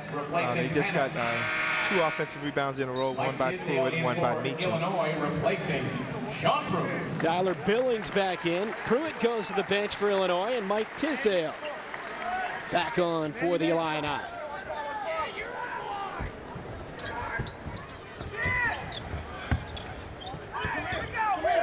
.13:40 left of the game. 60-29 Illini. Frazier against that man-to-man D. Frazier into the lane, hangs, shoots, scores. Count it. Chester Frazier. Definitely a strong move to the basket, able to take the contact and finish in the lane. Fouls on number 10, Desmond Harris. Chester gets deep into the lane, and with his strength and jumping ability, he was able to jump over the defensive player. Frazier, 5 points, 6 boards, 6 assists here today. I talked about it at the top of the telecast. The big 3 hadn't been producing. I was talking about Randall, Pruitt, Chester Frazier, but all having pretty nice games this afternoon. And they have a set of guys, all those guys are veteran players, have a year or 2 under their belt. And good thing about it, they know how to accept the challenge of, Coach Weber telling you guys are our 3 top guys. You have to finish, and you have to play hard and perform every time out. Kellen McCoy for Davey and Davis. Silveda, NBA range. Too strong. Alexander the board for Illinois. Illini the big lead. Meacham the big day. Guarded by Davis. Tisdale. Frazier. That was a deep one. Nothing but the bottom of the net for Frazier. A little shot in the lane, a 3-point play. He's feeling the confidence now. Frazier lets it fly from way back. 65-29. 9-0 run for the Illini. Kellen McCoy gets free. Right side of the iron. The board for Randall.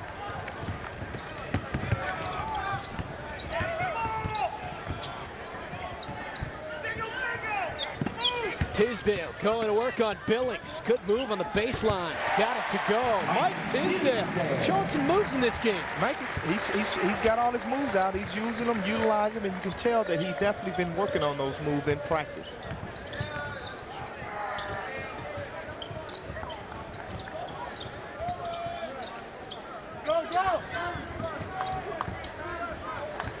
Kellen McCoy drives baseline against Frazier. Reverse layup was blocked. Chester Frazier back the other way. This is something Illinois was working on in practice yesterday. Shoot around today is against that zone. Stop dribbling. Pass the ball around the perimeter. Passes are always quicker than dribbles. Definitely is. The ball definitely moves faster in the air. They're not dribbling. Basketball fans, make sure the player is slow to get up. It's Alexander right in front of the Illinois bench. I'll have an update when we come back. Illinois up there. The Big Ten Network allows every one of our players to be seen from coast to coast, and there's no other conference in the country that can say that. I think this network is awesome. The Big Ten Network is an excellent vehicle for us to get young women, young little girls getting excited about women's basketball. It also helps our future recruits because they're watching our games, they're watching the Big Ten Tonight, they're watching the coaches' shows, so it just gives us such a great advantage with our exposure. Every week, relive the drama on the Big Ten's greatest games. It's all here. The legendary stars, the incredible slams, the amazing performances, and the unforgettable finishes. Catch all the great action, the Big Ten's greatest games, only on the Big Ten Network. After an amazing season-long competition, a Friday night tailgate champion has been crowned. And the 2007 TCS champion is Illinois! There is one thing Andy and I can agree on, and that's that the best campus in the Big Ten is Illinois! It's our people, it's our fans, it's our faculty, it's our students. It's a great university. Congratulations to the University of Illinois, the TCS champions for 2007.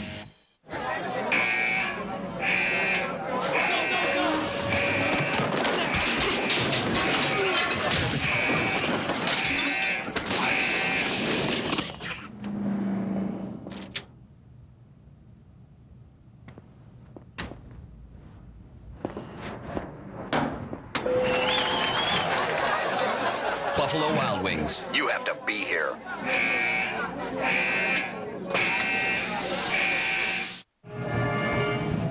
(67-29). Bruce Weber wanted more aggressiveness and good shot selection. He's gotten it here this afternoon. Yes, you have. Here you see Randall being aggressive going to the basket. The lob play, aggressive attacking the rim. And you have Tisdale going to the basket with aggressive dunk.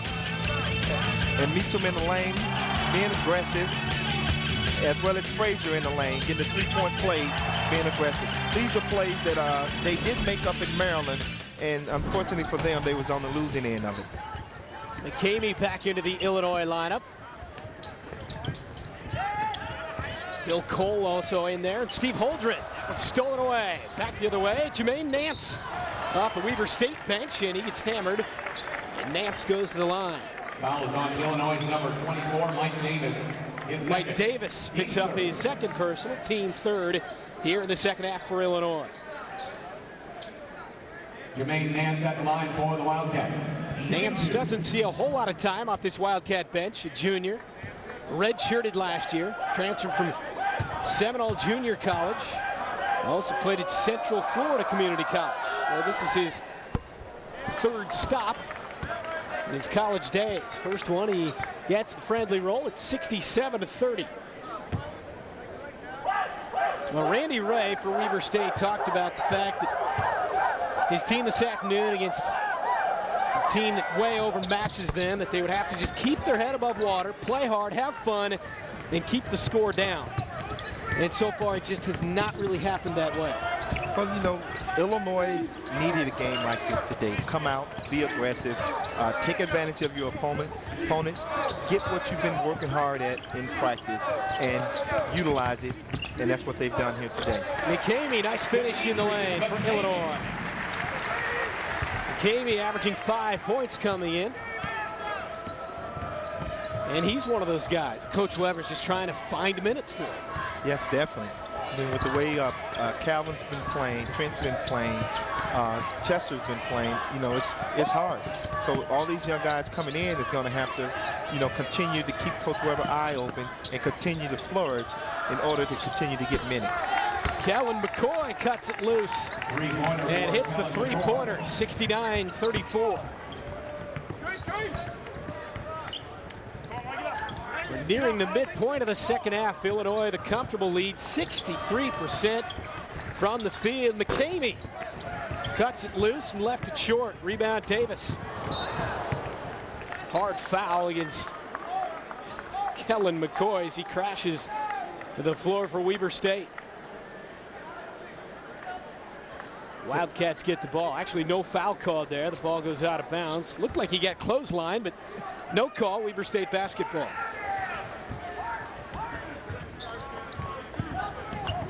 Under 10 to play. Velika, no points to this point, and that one off the right side of the iron. Cole with the board for Illinois.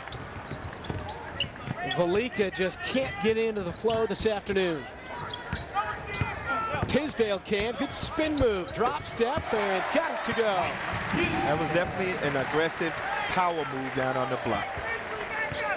Mike Tisdale, the 7'1" freshman. If he continues to make shots like that, that definitely is going to open up the three-point shot for him. Davian Davis for Billings out front. Good feed inside. Falika finally scores, plus the foul. That could be the basket to get him going. Fouls on Illinois' number 30. It looks to be too little too late, but for his confidence and the confidence of the team, they have to get something in the final 10 minutes of this game from Falika. Well, they just ran the high-low and was able to get him down on the low post from the big guy feed up top. Up ahead, Davis had it blocked, pinned against the window. 3-on-2 the other way. Nance to the rack. And Nance crashes to the floor. He'll go to the line. Fouls on Illinois' number 22, Steve Holdren. Pretty hard foul for Steve. But you have to keep that aggressiveness going. You're just sending a message. We're not going to let you get anything easy. Team foul number 5 against the Illini. And the first against Steve Holdren. And Jermaine Nance at the line. 6'1" junior, Huntsville, Alabama. First one too strong. Trevor Morris back in for the Trevor Morris back into the Wildcat lineup. And Falika to the bench.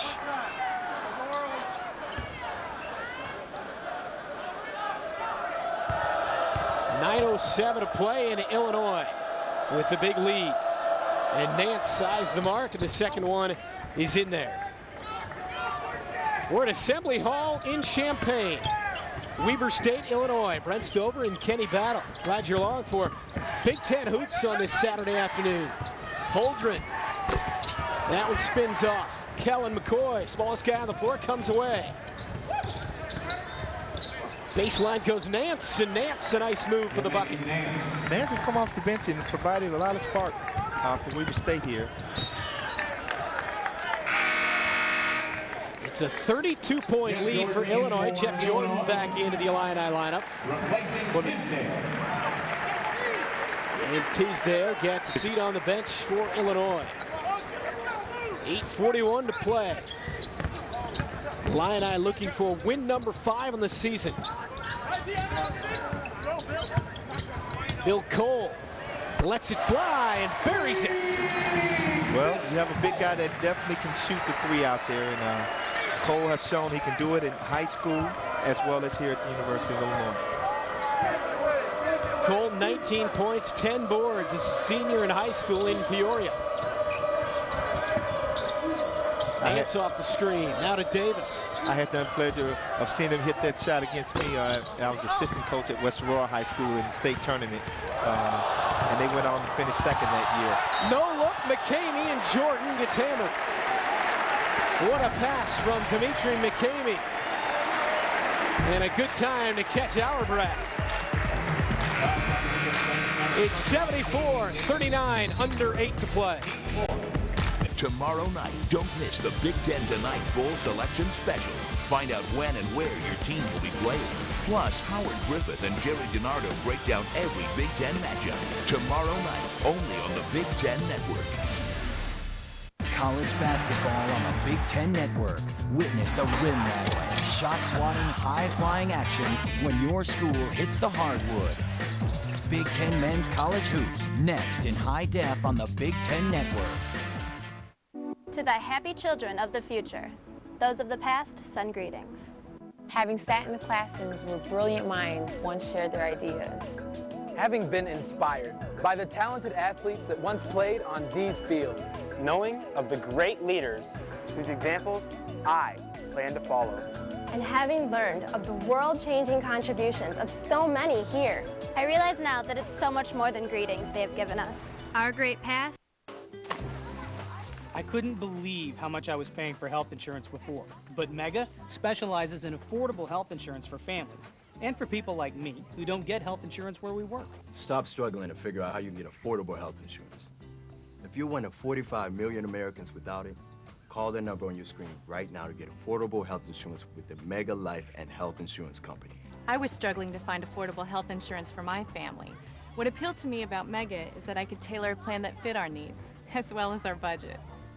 I'm responsible for providing health insurance for my family. I work hard and I deserve a company that works hard for me.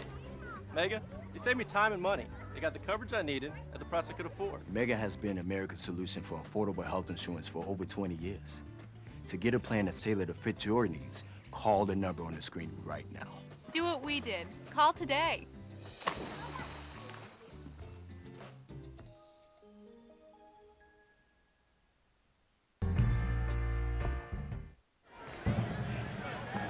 .758 left in the game from Champaign, and Illinois with the big lead on Weber State. And our U.S. Bank shot of game, no surprise. Trent Meacham has 26 points in this game, and he's done it from all over the place.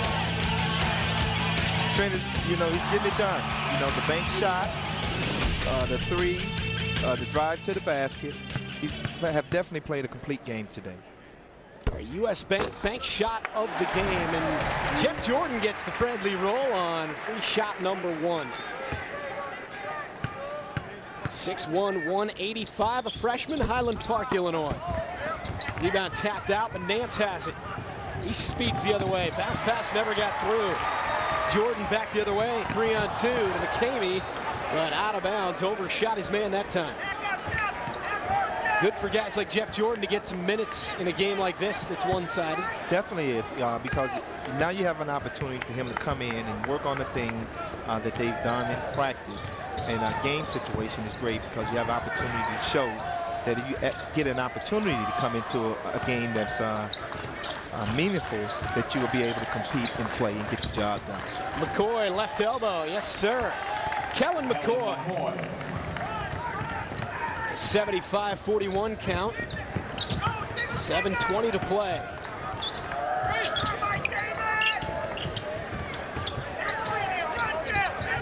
Weber State back into the man D. McCamey against McCoy. Size advantage there, McCamey.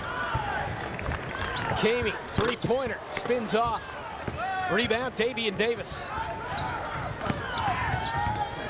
Davis spins down the left alley, and he traveled with the ball. Yeah, McCamey, he wants to get in the scorebook. And Randy Ray in his second year, we talked about it at the top, 20-12 a season ago.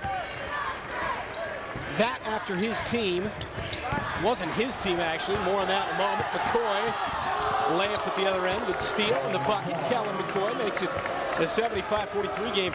Randy Ray inherited a program that was 10-17 in 05-06. He turns him around the next year as Cole tries the three, missed it, Davis rebound. Turns him around the next year to 20-12. They win the conference in the regular season. They win the league tournament and advance to the big dance. Coach Ray came in and did a great job with those young men. Got the confidence going, and all it takes is one win to run off a bunch of wins in a row, and that's what Coach Ray did. Davis with the runner plus the foul. They count the bucket, but they call the charge. So he gets the 2 points, but no free throw. And we go the other way. Coach of the year last year was Randy Ray. Worst to first in 06. Check out the records. And prior to Weber State, 2 years as an assistant under Ray Giacoletti at Utah. Before that, 13 years as an assistant under Stu Morrill at both Colorado State and Utah State. Another steal from McCoy. Up ahead, Davis with the lay-in. Davian Davis, and Weber State showing some fight in the closing minutes. McCoy has come in and definitely turned this game around. 8-0 run for Weber State.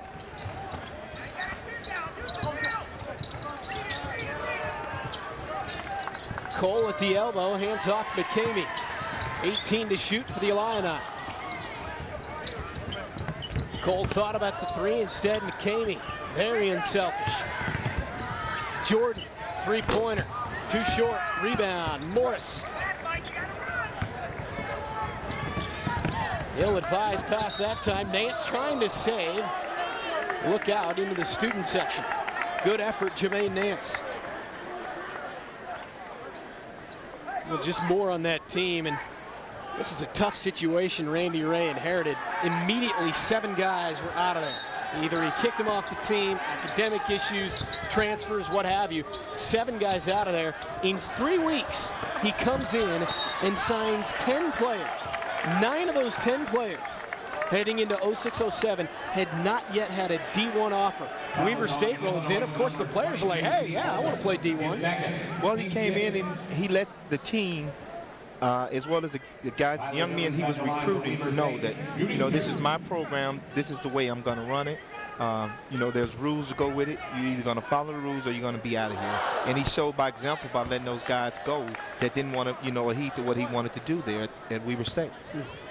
10 kids in 3 weeks. That's recruiting can't ever be easy. That really can't be easy. 10 in 3 weeks, that's definitely a powerhouse recruiting. 17 conference titles with his Weber State program. 15 trips to the dance. Coming in, he said, you know, I look at this Illinois team on film, they look like an NBA squad. Awfully tough to play in a conference like the Big Sky, which, by the way, is a pretty good mid-major conference, but you roll into Assembly Hall and play a team like Illinois, that's a tall order. Yeah, definitely, they have the body size, the height, the guards, you know, to get it done. And, you know, coming in, you know, they knew this is a game they definitely had to win, and they had to win impressive. Billings hits the triple, 75-52. 13-0 run right now for Weber State. Jordan left alone. And that one rims off. Holdren, the long rebound. Holdren wants it. Not there. Tapped out to Davis. Davian Davis for the Wildcats, looking to add to that 13-0 run. Low block, good kick out. Billings, bullseye. Three-pointer for Tyler Billings. Tyler Billings makes it a 20-point game. Well, Coach Weber is showing some patience with the guys on the floor. He hasn't pulled them out yet. He's just letting them, you know, understand that, you know, the reason they're not playing in games that are very meaningful is because you're not able to get stops when you're out on the court. Nance's three won't fall. Out of bounds to Illinois when we come back. 3.5 to play in the game. Weber State having a little fun out there against the Illinois backups. It's still at 20. Hi, I'd like to apply for a home equity loan. Well, I'm all ears. What's your name? Rob Lee. All right, Bill, can I call you Willie? Emma, how about a cup of coffee for Frank here? Rob. I heard that. You married Ernesto? No. Little something for the missus. Here's your milkshake, Kenny. Rob. Uh-huh. Other banks aren't always personal. I need you here, Teddy. U.S. Bank home equity loans are designed for you. Flexible terms, no closing costs, and a great rate. Apply online, in branch, or over the phone. U.S. Bank, 5-star service guaranteed. How many stars does your bank have? Bye, Murray. Rob. So why do they call it the Big Ten? For starters, it's so big, it's not 10, it's 11. It's big and loud, really loud. 9.5 on the Richter big. It's tall men climbing taller ladders. We're talking Hollywood big. Move over and let the big dog eat. It's big even when it's little. You can even call it tubby. It's not just big, it's big, big. It's bigger than the conference. It's a country. Big Ten country. And this is where it lives. After an amazing season-long competition, a Friday night tailgate champion has been crowned. And the 2007 TCS champion is Illinois! There is one thing Andy and I can agree on, and that's that the best campus in the Big Ten is Illinois! It's our people, it's our fans, it's our faculty, it's our students. It's a great university. Congratulations to the University of Illinois, the TCS champions for 2007. Take an in-depth look at the Big Ten's brightest female athletes and coaches on the show designed to shine the spotlight on them. Are you kidding me? It's played in, and it's a goal! The Big Ten Women's Show, Mondays only on the Big Ten Network. College basketball on the Big Ten Network. Witness the rim rattling, shot-swatting, high-flying action when your school hits the hardwood. Big Ten men's college hoops in high def on the Big Ten Network. Well, the Big Ten Network is looking for its most passionate fans with Big Ten super fans. The Big Ten Network wants to reward its loyal viewers with chances to win great prizes like tickets to a Big Ten game, TVs, autographed memorabilia, iPods, and much more. Register now at BigTenNetwork.com. Those fans not exactly passionate, but not at the moment at least. They're up by 20, but Weber State has, I wouldn't say made it interesting, but at least for them, a little bit of a confidence builder as they move forward. Oh, definitely it's a confidence builder. Anytime you're able, you know, to go down and stop your opponent from scoring, as well as going down and scoring, whether you're up 30, down 30, it lets the coach know that, you know, you have a group of guys that can get out on the floor and execute, you know, your offensive plan. The run right now for Weber State is 16-0. 75-55, 3:20 to play. Richard Semrau, who went to the deck moments ago, just into the lineup. He's a guy that, I don't know if you'd say he's in Bruce Weber's doghouse right now, but Coach Weber really wants more from him right now. Yes, Rich hasn't shown Coach what he really want to see out of Rich.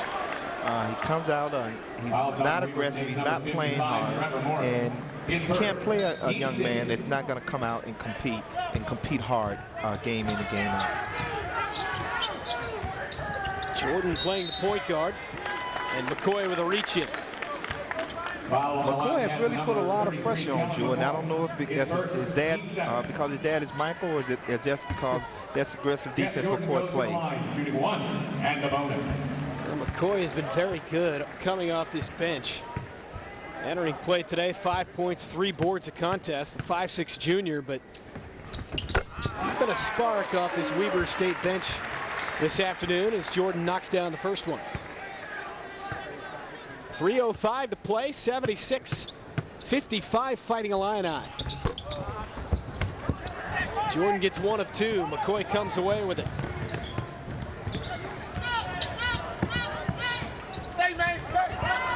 Weber State in the middle of a very tough stretch. Playing against Utah Wednesday night. McCoy all the way. Not there. Rebound Holdren. Tough stretch for them right now. Utah the other night. Illinois now. Gets San Francisco on the horizon as well. Not a bad team from out west.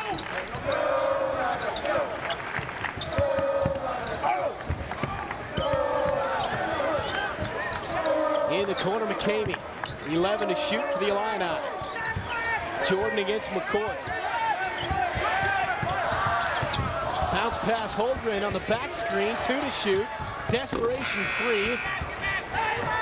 No good. Back the other way. Nobody back on D, and Davian Davis couldn't take advantage, but the tip is good by Trevor Morris. Weber State is still playing aggressive. They're still getting out running. They haven't conceded the game yet. Under 2 to play. 76-57 Illinois. Semrau out front for Cole. McCamey with it. 10 on the shot clock. 19-point advantage. McCamey dials it up. Off the backboard out to Davis. Davian Davis all the way to the rack. Finger roll. Davian Davis. Timeout, Weber State. Timeout, Weber State. And they have responded to the adversity with a 20-1 run. How about this for the Wildcats? Too little, too late, but they've made an impression in the closing minutes.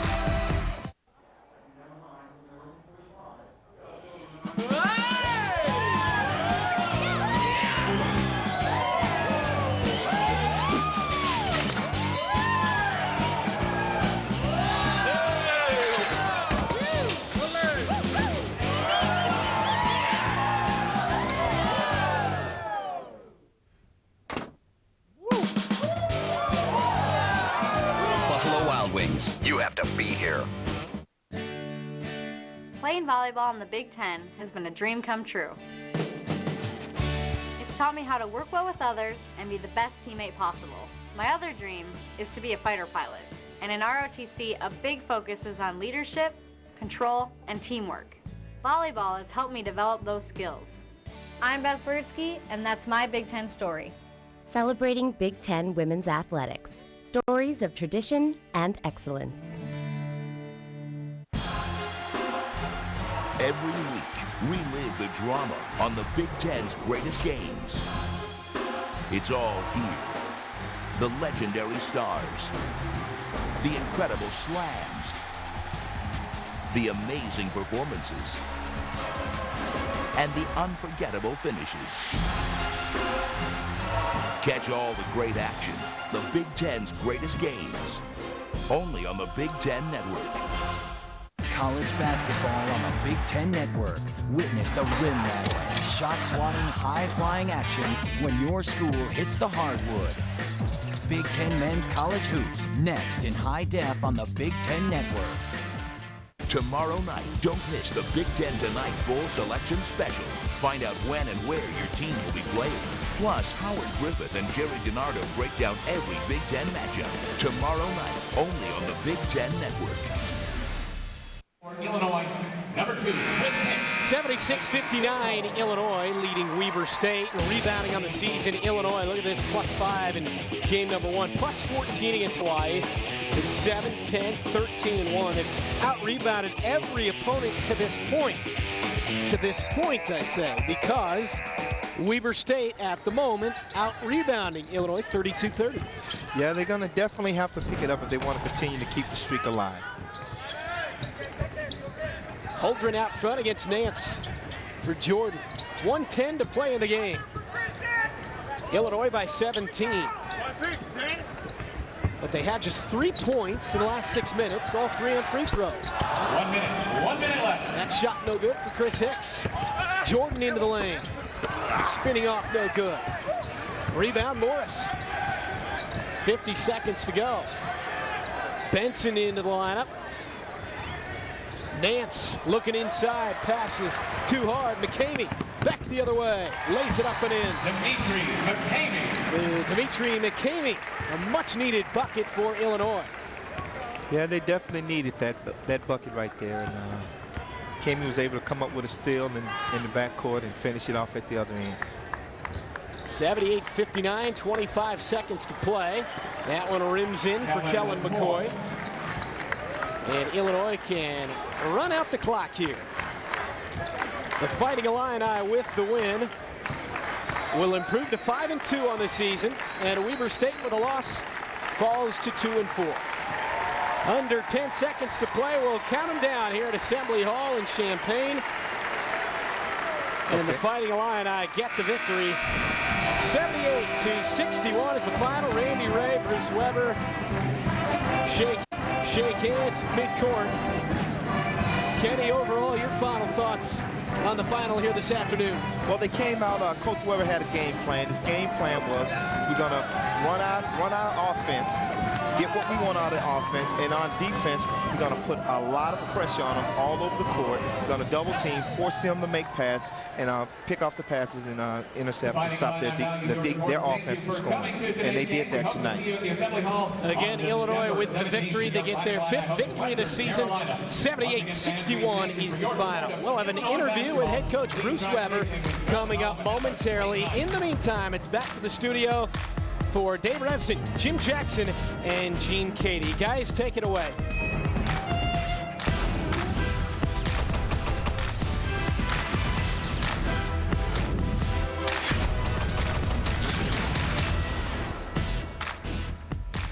And we welcome you into our Big Ten Network studios. Dave Revson, Gene Cady, Jim Jackson. We are taking you up to the tip of the game between Jacksonville and Michigan State, coming up at the top of the hour here on the Big Ten Network. But impressive win for Illinois. They win by 17, guys. Frankly, it wasn't even that close. What do you take from the game, Coach?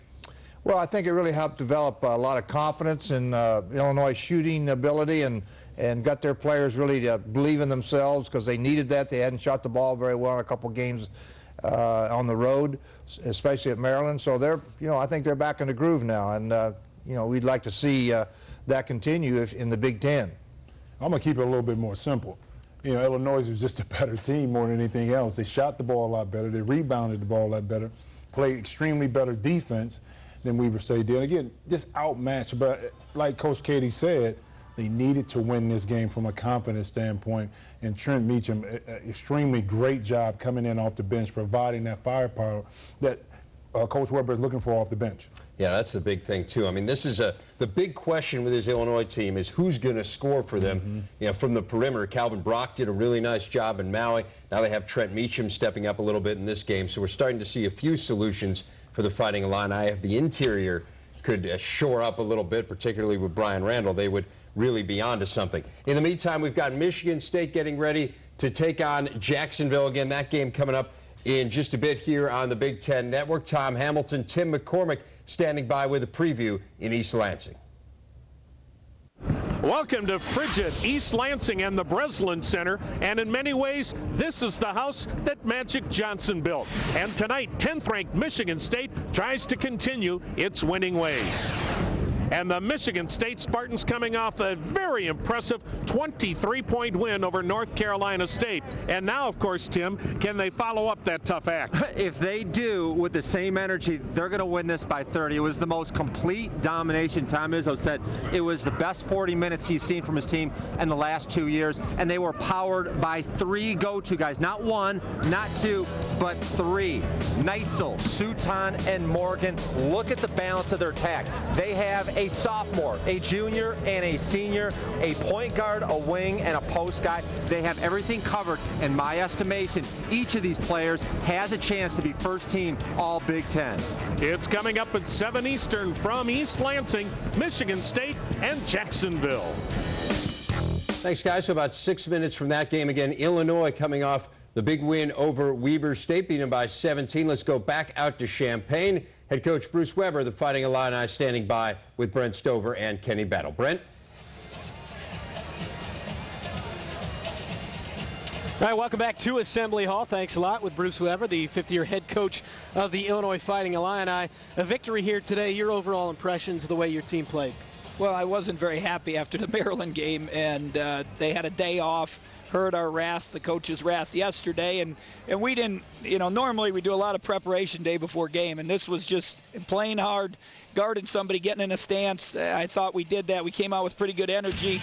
We have a play hard chart where you're getting on the floor and doing some of that stuff, and then we shot the ball. Trent Meacham got us going, and the only disappointing thing is the end of the game, you know, the subs not taking care of business. Now, Coach, you're a guy I know when you make a decision that you're not happy with, you're not afraid to admit it. But I got to compliment you on the decision to bench Trent Meacham, bring him off the bench, because he's done it now 3 straight games, and he's been very, very good. What led you to that decision, and what's been the difference for him coming off the bench? Well, we're just trying to get him to relax. He's a good kid. He can shoot the basketball, but it seems like, you know, I talked about this last year. He came back to Champaign. He had the weight of Champaign. They tease him, St. Meacham. He's the best of Champaign, all of that stuff. And he hasn't been able to just relax and unwind and have a big game. And we did that at Oklahoma State in Maui. He shot well, came back, played pretty good against Maryland. If anybody played decent, and today he topped it with his career high. Coach, talk a little bit about the inside presence, you know, of your inside guys and the inside game you had today. Well, I'm happy, you know, even though Pruitt didn't really get involved too much. Brian Randall didn't, scoring-wise, but they did a great job defensively. They controlled the boards. You know, every game it's a different guy's game, and you still got to play. Sometimes the ball's going through you. Sometimes it's going through somebody else. So I was pleased with that. And then you got Mike Davis coming off the bench, gives us an instant spark with a couple nice dunks and a jump shot. And then Mike Tisdale, you know, he's a very skilled kid. I wish we could fast forward to next year and get about 40 pounds on him, because he would, you know, he's going to be I think he's going to be a very good player inside because of his skills. So, you know, we have a nice inside presence. Rodney Alexander, Calvin Brock. You know, we have a mixture of guys that we can go with. One of my problems is kind of subbing who to play when, and then the mixtures of the group. You know, we don't, with the group we start with, we're not very good offensively. We're not good passing. We're probably better defensively and athletically. So I got to, you know, kind of put the right pieces in the puzzle at the right time to have success. All right, Illinois head coach, the victorious head coach this afternoon, he is Bruce Weber. Coach, congratulations on the win. Thanks a lot, Coach. Thanks, Ken. Good job. So Illinois gets win number 5 on the season, taking down the Weber State Wildcats out of the Big Sky Conference. 78-61 at the final. Mike Davis, good minutes off the Illinois bench. Pruitt, nice block. Davis, a couple of dunks. Trent Meacham, a big story today as well. He had 26 points off the Illinois bench. For Kenny Battle And our entire Big Ten Network crew, I'm Brent Stover saying so long. 78-61 the final. We head back to the Big Ten Network studios. Thank you, Brent. So we heard there from Bruce Weber, who, of course, your longtime assistant when you were at Purdue. Bruce talked a little bit about how he still wants to see the inside guys, particularly Randall, get going. Why is Randall in particular so important to this team? Well, in the Big Ten and leagues like the Big Ten, the big guys are usually the difference over other leagues. So you need a big guy when we get to Big Ten play to be very productive. And he talked about his play hard board, which means taking charges, deflections, feeding the post, being able to understand that he's very valuable to this team if they're going to be successful in the Big Ten. And a lot of times when you watch him, he's not getting much done. And that happens sometimes after you had an injury like he had last year. So I think that eventually he's going to get cut in and do the things that Coach Weber wants. So Randall has to be productive if they're going to be a top 25 team. Yeah, and you look at, he has obviously been hurt, Randall, and Pruitt's been banged up as well. So, yeah, they're big guys. You don't want to make excuses for guys, but you can kind of understand, Jim, maybe why they haven't been as productive as they'd like them to be to this point. Well, you know, Coach Weber basically said it in his interview. I'm still trying to figure out what my team is going to be or who we're going to be, what kind of personality. Our big guys inside are not playing up to their capabilities at this point. So I have to search somewhere to get some kind of semblance of what kind of team we're going to be heading into the Big Ten season. You know that Sean can play, Pruitt can play. You know that Brian Randall can play. But when is it going to finally come together is a question. And as a coach, you know, I'm sure he scratches his head at night saying, what do I have to do to get these guys motivated to play up to their potential? So he's going to tweak, and he's going to tweak some more until he finds exactly what it takes to get these guys motivated to play up to their potential so they can, you know, challenge for a Big Ten championship. Well, so Illinois does get the win over Weber State again. We are heading out now to the game between Jacksonville and Michigan State. We're going to take you out to the Breslin Center, see if the Spartans can continue their home court winning streak, which is at 30 games and counting. We'll be back at the half with our halftime report. See you then. A packed house at the Breslin Center to watch the 10th-ranked Michigan State Spartans try to win their 31st consecutive non-conference game at home. It's coming up next on the Big Ten Network.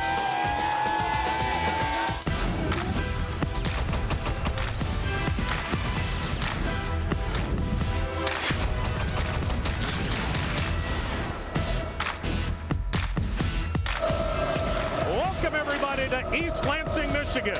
Michigan State ranked 10th in the country, looking for its 6th win. Tonight, the opposition, Jacksonville University.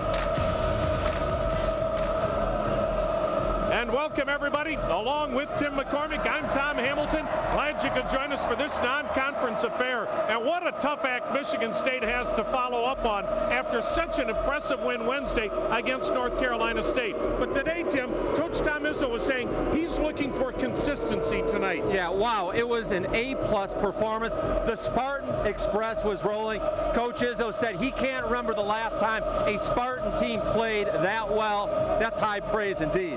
Well, if Jacksonville has any chance to pull off the upset, then Smith has to have a huge game.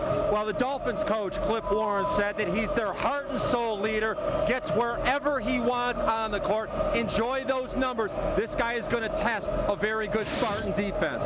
Well, Tim, what makes Michigan State so much tougher than even a season ago is the fact they don't have just one guy now you have to be concerned with. Yeah, the Spartans are powered by a tremendous trio of veteran scorers. If you look at the play of Drew Neitzel, he's a pure shooter, and I believe he uses screens better than any player in college basketball. And his big man, Goran Sutan, was the best player in the court versus NC State. 32 boards in his last 2 games. And look out for soft sensation, Raymar Morgan. I believe he is the best player on this Spartan team. And when you look at the balance of their attack the last 2 games, I think if you want to get to the Final Four, you have to have more than one go-to guy. Tom Izzo has complete confidence that all 3 of these players can take over at any time. Yes, folks, it's only the 1st of December, but Michigan State has that kind of potential. They have Final Four potential. But first, it's Jacksonville. We've got the opening tip when we come back.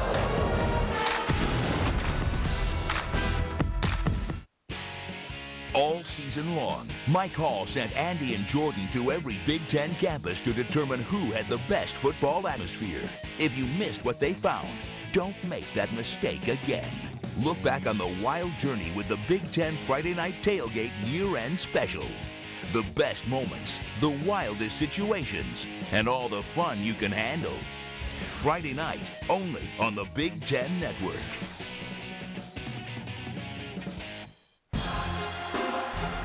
Every week, relive the drama on the Big Ten's greatest games. It's all here. The legendary stars, the incredible slams, the amazing performances, and the unforgettable finishes. Catch all the great action, the Big Ten's greatest games, only on the Big Ten Network. 11 Big Ten campuses, one show that covers them all. Thanks for dropping in on Big Ten tonight. Every night, go inside your school with unprecedented access on Big Ten Tonight. 1 full hour devoted to all the news of the day. In-depth highlights, analysis from our experts, interviews, features, and so much more. It's the show for all Big Ten fans. Big Ten Tonight, every night, only on the Big Ten Network. In 1972, this man missed a free throw that cost his high school a championship. And so every day since, he shoots 100 free throws. Most people would just let it go. Most people aren't Coach Tom Izzo. This is Big Ten country, and this is where it lives. With more Spartan games than anyone else, the Big Ten Network is your ultimate source for Michigan State basketball. Go State!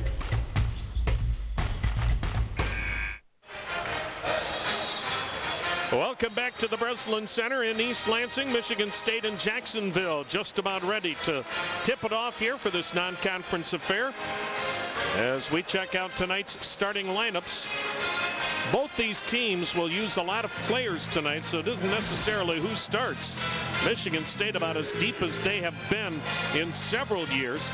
Jacksonville wants to run, so their bench is going to play a factor in this game, according to Coach Cliff Warren, as you check out tonight's starting lineups. And believe me, if you like your basketball fast and in transition, man, sit back. You're really going to like this one. Now, one thing to watch, Jacksonville is a high turnover team. They average around 19 per game.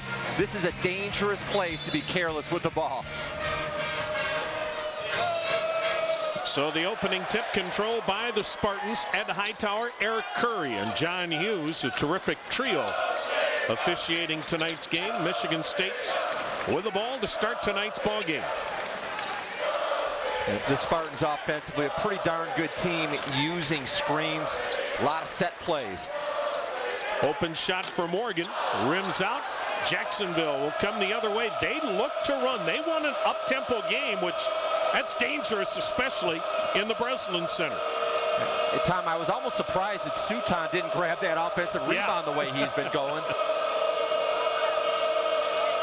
This is Allen for three. And a strong rebound by Raymar Morgan. And a foul called on Michigan State. Good look there. Tom Izzo in his 13th year, now the dean of Big Ten coaches. 4 trips to the Final Four, a national championship, 4 consecutive Big Ten titles, one of the game's finest coaches in all of college basketball. Yeah, Tom Izzo said today that his goal is to wear down this Jacksonville team.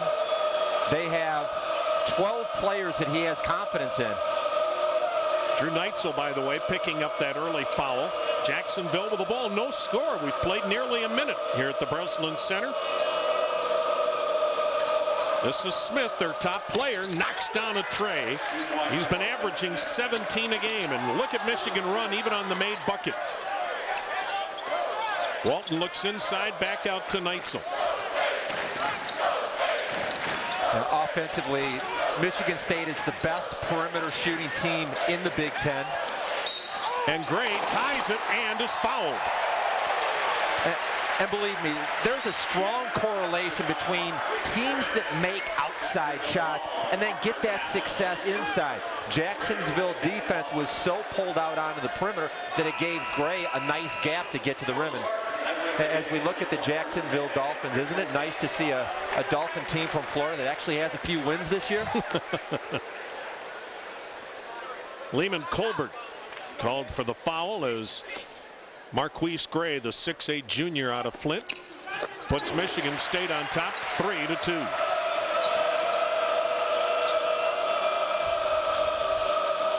Jacksonville a little north of the Miami Dolphins. Well, you talk about a road trip. They leave here, fly home tomorrow, and get ready for Florida.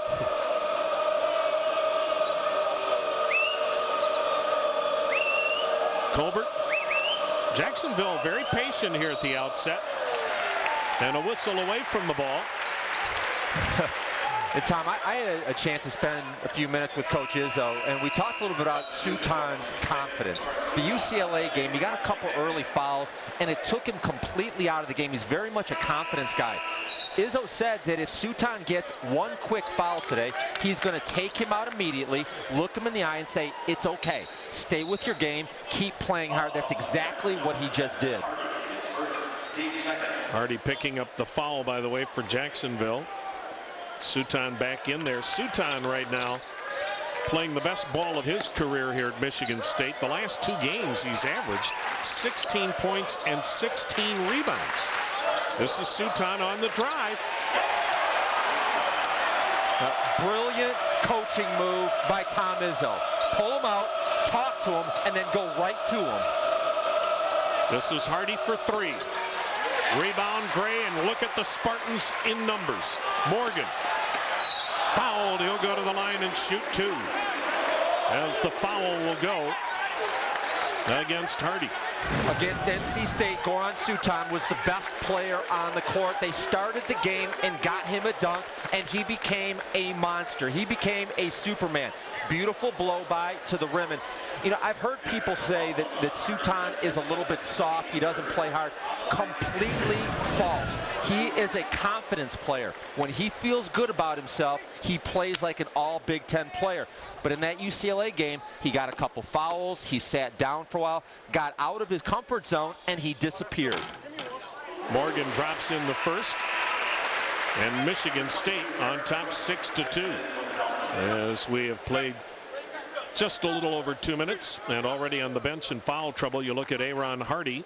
He's out with 2 personals. Tom, as we watch Raymar shoot the free throw, I've got to ask you this question. Who is the best scorer on this team? Well, that's what makes Michigan State so good. Yeah, I mean, you've got the All-American, you've got a good post game, and Raymar's the swing man. And Morgan there with a block. And then a steal and a foul called on Walton. Nice anticipation by Eric Brooks to pick off the pass, then Walton with his first. And sometimes the Spartans are so anxious to play in transition that they make the careless outlet pass. You notice all 3 other support guys were already at the end ready to shoot. You just can't relax when you play Michigan State, talking about transition. And Cliff Warren, the Jacksonville coach, talked about that today, Tim, that he said, and a timeout called by Jacksonville, he said, one, we've got to be careful. You can't celebrate when you score against Michigan State, because as we saw against North Carolina State, they get down the floor after a made basket like it's a rebound fast break. Yeah, I don't see anybody else this side of Chapel Hill that runs baskets after baskets better than Michigan State. A couple years ago, Tom Izzo went to North Carolina and watched a practice, spent some time with Roy Williams, and found out how quickly they get the ball out of the basket. It really reminds me a lot of when you had Shannon Brown and Ager, Chris Hill, Anderson. Those guys really started this process of get it out and go. Well, one reason they can get out and go is because teams don't shoot well against the Michigan State defense. Defensively, they're about as good as it comes when it comes to shutting down an offense. Look at that. 27 times the opponent has shot under 40%. That's amazing since last season. And I'm going to tell you why, without hesitation, Michigan State does the best job that I've seen at closing the paint. You just don't get any layups against this team. And Jacksonville tonight, 1 for 4 shooting here in the early going. This is McMillan on the baseline. Shot blocked by Morgan. That's his second block. Walton will start the transition game for Michigan State. Morgan on the baseline. Airballs it, and it'll be Dolphin basketball. So we're just about 3 minutes in. Michigan State on top 7-2. Tom Izzo with a club that he said, you know, it's hard to tell right now how good this team can be. But Tom Izzo knows as well as anybody, Tim, they have potential to not only win the Big Ten, but have an awfully deep run in March. They're loaded, and I did a little research not long ago, and in my opinion, Michigan State has the best balance 1 through 12 in all of college basketball. Their 3 guys on the bench, Herzog and Dahlman and Ebach, they could all start for multiple teams in the Big Ten right now. And because of that depth, Tom was saying today, this club is going to get better because they practice against quality players every day themselves. Now, there's no doubt about that. And actually, at times, their best competition may come in practice. you look at Drew Neitzel. Last year, he was already dog-tired from playing so much. He's playing 8 less minutes a game, so you know he's going to be a lot more fresh. Nearly a shot clock violation. The shot gets off, but it's missed. And Raymar Morgan, he seems to be everywhere in the defensive end, has the rebound. Walton the pull-up jumper. 9-2 Michigan State. Jacksonville right now struggling just to get a good look. Travis Kahn with the ball. Jacksonville has struggled all season offensively shooting the ball. They're only shooting 42% as a team. Yeah. And Morgan a little aggressive there with a bump. Does not shoot the ball well from deep. That's a fact. Around 25% from 3. That's why you're seeing so much zone from Michigan State. They're going to pack it in and have this kind of this mentality, you know, I don't think you guys can make a shot, so we're not leaving the paint until you prove you can. Right now, Jacksonville 1 for 6, 0 for 2 from behind the arc. Another near steal. And look how far Jacksonville is away from the basket trying to run its offense. Free ball from Kahn. Rebound, Sutan. Kalen Lucas ahead to Morgan.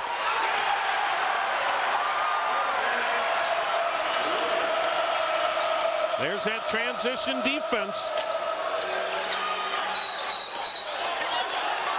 And we're going to get a foul called on Goran Sutan. That'll be his first personal. So the Michigan State Spartans, they run it just about as well as any team in basketball, and they're racing away from Jacksonville.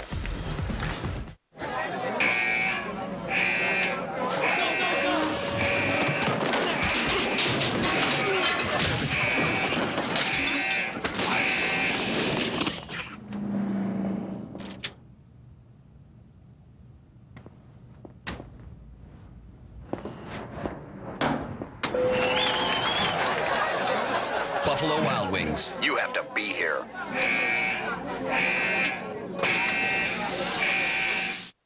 I'm really excited about the opportunity for young women, and what the Big Ten is offering with this network is really fantastic. There's so many Big Ten fans in the Midwest, and you know, I'm a big fan. I think it's really gonna enhance maybe where the Big Ten is right now.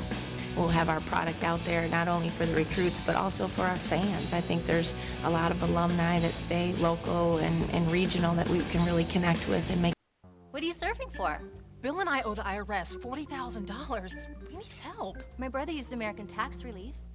Why them? He heard they settled a $3 million IRS case for only $3,000. That was good enough for him. That's good enough for me. If you owe over $10,000 to the IRS or state, call us. There's nothing to lose, your consultation is free, and you have no obligation. Once we hired American Tax Relief, the IRS stopped contacting us. That was an immediate relief. And they settled our tax debt for a fraction of what we owed. That was a big relief. We've helped thousands of Americans settle their tax debt for a fraction of what they owed. If you owe over $10,000 to the IRS or state, we can help you settle for less, maybe a lot less. And when it comes to paying back taxes, less is definitely more. Call 800-423-5023. The call and the consultation are free, and there's no obligation. So call 800-423-5023 now and settle for less. You help America. Michigan State dominating Jacksonville in the early going. We've played 4.5 minutes. Spartans on top, 11-2.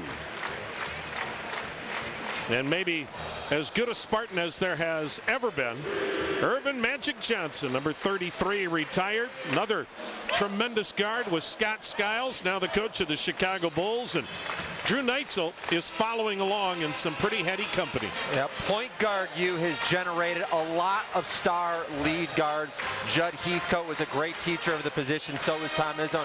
And I spent some time talking to the new cover boy at Michigan State. Drew Neitzel has actually always dreamed about being a star. And I said, what's it like when you walk into a grocery store and there you are, plastered on all the magazines?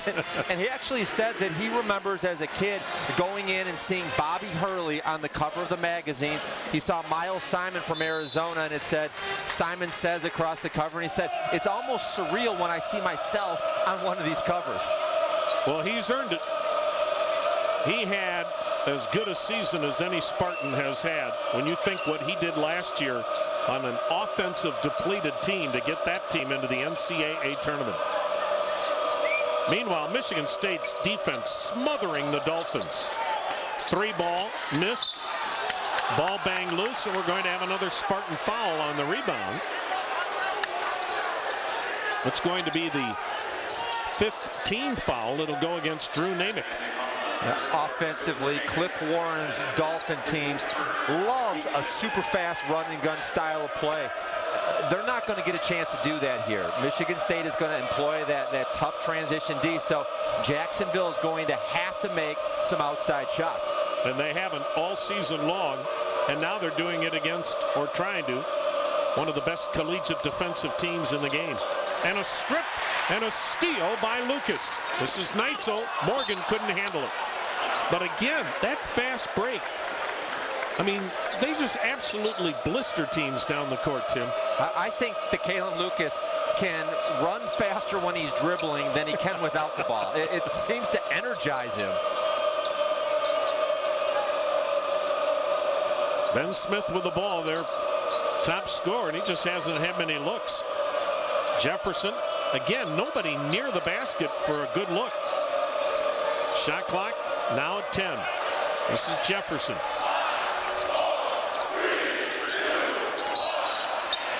On the drive, we're going to get another bump, and that'll be the second foul on Goran Sutan and the 6th on Michigan State. So that's about the only thing not going the Spartans' way right now. Some foul difficulty here in the early going. Yeah, and this year, the only thing that has stopped Goran Sutan is foul trouble. And that's a bad decision. That's standing up and not moving his feet. So Sutan may sit the rest of the half. Jefferson with the inbounds pass. How about this defense, Tim? Yeah, this is all east-west for Jacksonville, nothing north-south. They have not had good post touches at all. And a steal. Allen ahead to Lucas. On transition, Marquise Gray. He has 5, and he has the zone jumping wildly. 3-ball taken and knocked down by Ben Smith.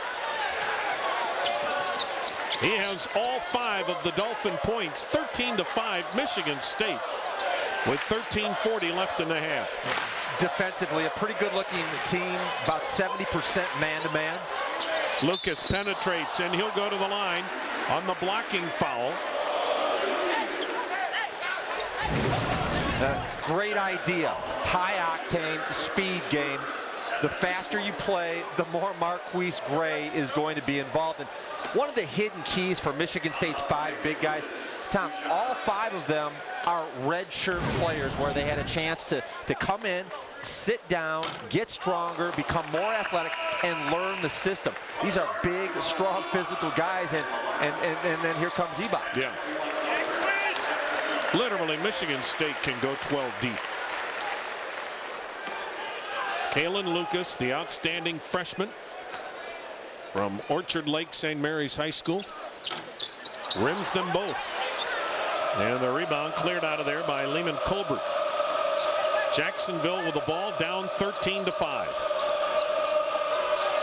Colbert in and out again. And a rare offensive rebound by Ben Smith, the point guard.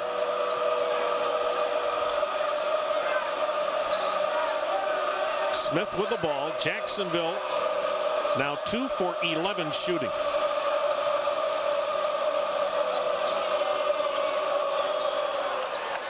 And the ball goes down. That was a tough shot put in by the Poland native. That's Szymon Łukasik that knocks down his first field goal.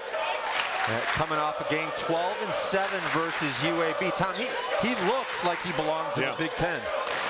Neitzel had it blocked by Ben Smith. And look at Smith hustle.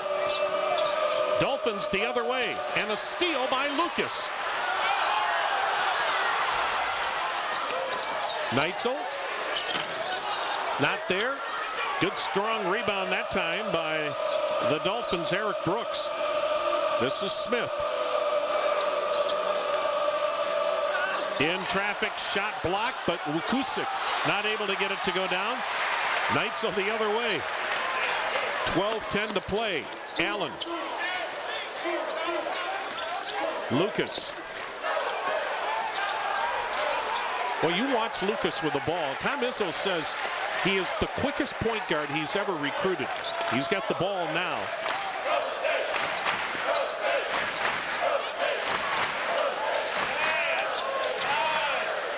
Neitzel. Shot clock at 5. Lucas, nice shovel inside. Ibach, he was fouled.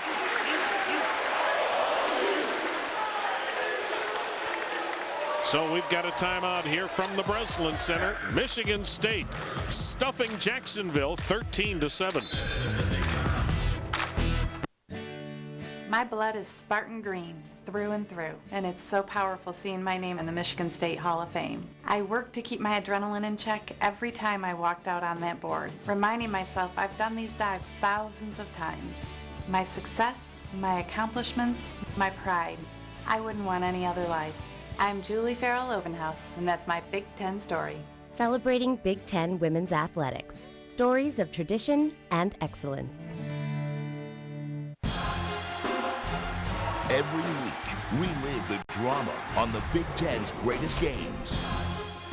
It's all here. The legendary stars, the incredible slams, the amazing performances, and the unforgettable finishes.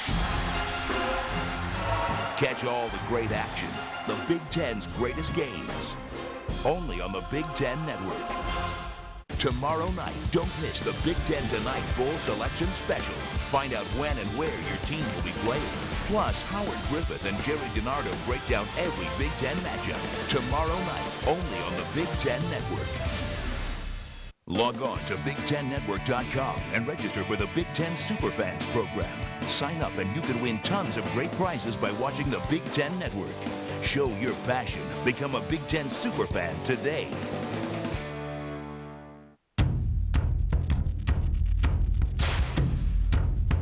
It's not just a jersey. It's a symbol of who we are. A community of coaches, student athletes, and fans. Bound together by a code of conduct.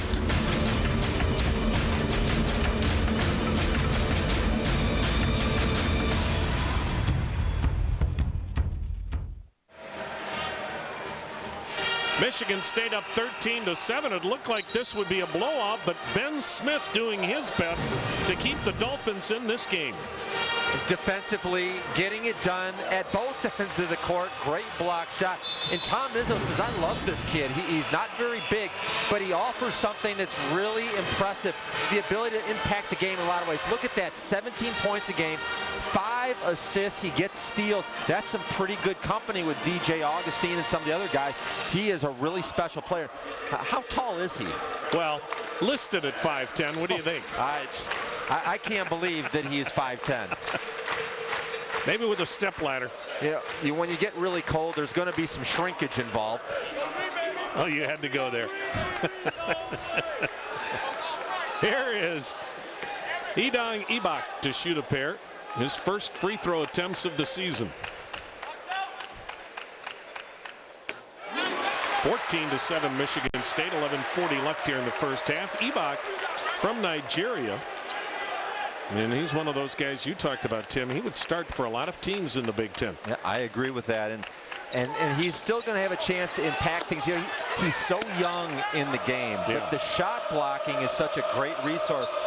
Do you think that Tom Izzo may have addressed the 5-0 advantage on the offensive glass for Jacksonville so far? It's amazing. Jacksonville out-rebounding Michigan State. That never happens to the Spartans. And a reject, but a goaltend called on Ibak. So give the basket to Aaron Hardy, or I should say Aaron Hardy is the correct pronunciation. His first points of the night. 14-9 Michigan State. I really like Cliff Warren, a disciple of Georgia Tech's Paul Hewitt, a longtime assistant coach. He had a chance to spend some time after a loss to Georgia Tech by 25 last year, and he said, "Coach, what do I need?" And he said, "Cliff, you need players. Your players aren't very good," and they've really improved the last 2 years. 2 years ago, this team only won one game. Yep. Last year, they were the most improved team in college basketball based on the fine work of Cliff Warren. And tonight, Cliff Warren's club out-rebounding Michigan State. Morgan inside, scores again. And he has 6 points. The sophomore out of Canton McKinley High School in Ohio. And Michigan State up 16-9. I can't think of a wing player in the Big Ten that I would rather have than Raymar Morgan. Only a sophomore. I mean, Claxton and Cornley, good players at Penn State, but this is a guy doing it for a top 10 team. And away from the ball, another foul. Actually, they're calling 3 seconds. We haven't seen Jacksonville have many people in the lane tonight. Tom Izzo, he may have done as good a coaching job last season with Michigan State as he's done in any of his 12 years prior to this season. Strong comment. Isn't it? I mean, when you think of the lack of depth they had and everybody knew it was on the shoulders of Drew Neitzel offensively. I think the best job he did is in 2000 when they won the national title. The follow there by Summers. I know what you're saying, though, because last year they did the best job of reaching the ceiling of what they were capable of. Last year was not an NCAA team in my estimation, but he coached them to that level. And what Tom was saying today, Tim, is what was so rewarding as a coach is what you want from your club as the jump ball possession arrow favors Jacksonville. You just want your club to reach its potential. And that club played as hard and played as well as it could. Meanwhile, the show for all Big Ten fans featuring highlights, analysis, interviews, and much more. It's the Big Ten tonight. It's after the game right here on the Big Ten Network. When you talk about last year, there really has been I guess you could call it a tortoise hare turnaround. This team is averaging 14 more points per game this year than they did last season. That's pretty remarkable with a lot of the same players in tow. Shot clock at 9.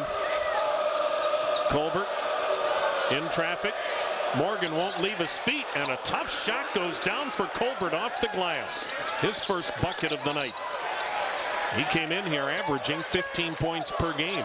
So Jacksonville hanging in there, 18-11 Michigan State. 9.5 minutes left in the half. The lob to Summers.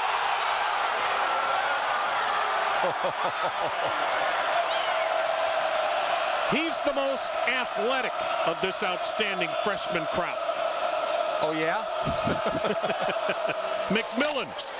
Boy, they just can't get a three to rattle in.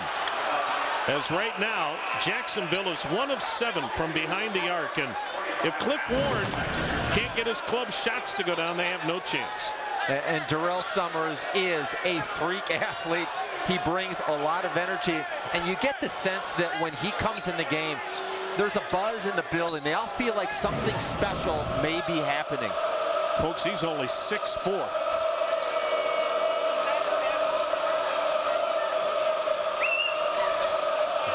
This is Brooks, and finally the triple goes down for Eric Brooks. His first 3-ball of the night. Expected to be the best shooter for Jacksonville. He's got a beautiful release, but for whatever reason, he hasn't shot the ball well this year, and so that's a good sign for Cliff Warren. Summers with the ball. This is Summers, the Detroit product, for 3. Kept alive by Herzog, and it belongs to the Spartans. Michigan State's freshman crop, one of the best classes in the country, and Tim, they're all contributing. Yeah, they all have their special thing. Allen is the shooter. Lucas is the playmaker. Summers brings a lot of athleticism. Plus, number 40, Tom Herzog, redshirted. He's also in that freshman class. He's the big man of the future. And more coming for the Spartans. They have had another outstanding recruiting year. Walton with the ball. This is the freshman Allen, Chris Allen. He's one of the best shooters on this Michigan State team, but it's not gone down yet in the early going like they expect it will. It's hard to imagine. Top 10 right now. Michigan State will be better next season. And think how good they'll even be this season come March. On the drive, ball is off. Travis Kahn. We've got a timeout, just under 8 minutes to play. Michigan State's ball when we come back. The Spartans' lead is now 6.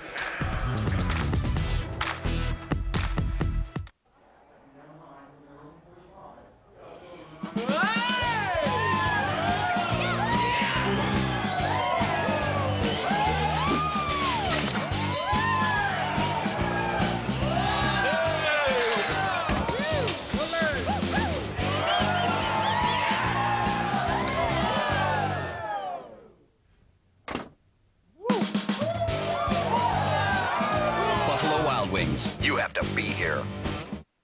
I'm really excited about the opportunity for young women, and what the Big Ten is offering with this network is really fantastic. There's so many Big Ten fans in the Midwest, and you know, I'm a big fan. I think it's really gonna enhance maybe where the Big Ten is right now. We'll have our product out there not only for the recruits but also for our fans. I think there's a lot of alumni that stay local and regional that we can really connect with and make them feel part of the Spartan family. College basketball on the Big Ten Network. Witness the rim rattling, shot-swatting, high-flying action when your school hits the hardwood. Big Ten men's college hoops in high def on the Big Ten Network. Log on to BigTenNetwork.com and register for the Big Ten Superfans program. Sign up and you can win tons of great prizes by watching the Big Ten Network. Show your passion. Become a Big Ten Superfan today. Hi, I'd like to apply for a home equity loan. Well, I'm all ears. What's your name? Rob Lee. All right, Bill, can I call you Willie? Emma, how about a cup of coffee for Frank here? Rob. I heard that. You married Ernesto? No. Little something for the missus. Here's your milkshake, Kenny. Rob. Other banks aren't always personal. I need you here, Teddy. U.S. Bank home equity loans are designed for you. Flexible terms, no closing costs, and a great rate. Apply online, in branch, or over the phone. U.S. Bank, 5-star service guaranteed. How many stars does your bank have? Bye, Murray. Rob. Michigan State leading Jacksonville 20-14, just under 8 minutes to play. Jacksonville, a member of the Atlantic Sun Conference, and Belmont and East Tennessee Tech. For East Tennessee State, actually the favorites this year, but already for the Atlantic Sun, it's been a pretty good non-conference roll. And they've been the spoiler. They ruined Billy Gillespie's first game at Kentucky. O.J. Mayo's debut at USC ended with a Mercer victory. This is a very good league. They play fast-paced, very athletic. And I'm impressed with the start from Cliff Warren's team. The number one thing that you have to do is that the Breslin is a real test of maturity, and they have handled this environment very well. I asked Coach Cliff Warren about that today. Was he worried they might be in awe? He said, no, not at all. You look at their schedule, you can see why. They still have to go to Florida and Georgetown, so they're used to playing in these kind of venues. That's half of last year's Final Four. On the drive, Morgan scores to beat the shot clock. He has 8. Tom, how often often does it seem that Tom Izzo calls a timeout and then gets a layup coming out of the break. And right there tells you why he's considered one of the best. You think that's a coincidence? No. Allen trying to muscle his way in. Nice recovery by McMillan with a reverse layup. His first 2 points of the night. 22-16 Michigan State. Herzog on the nice feed from Neitzel. The big 7-footer. He now has 4 points this season.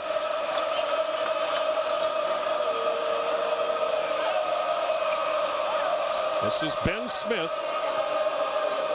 trying to keep the Dolphins in this first half. At times it looks like Michigan State's ready to blow them out of the building, but they keep hanging in there. Muscling inside, Herzog with the block of Allen. Allen kicks it back out. Brooks for three. Good block out. Neitzel comes up with it. 3-on-2. Allen. And there's going to be a blocking foul called on Brooks trying to get back.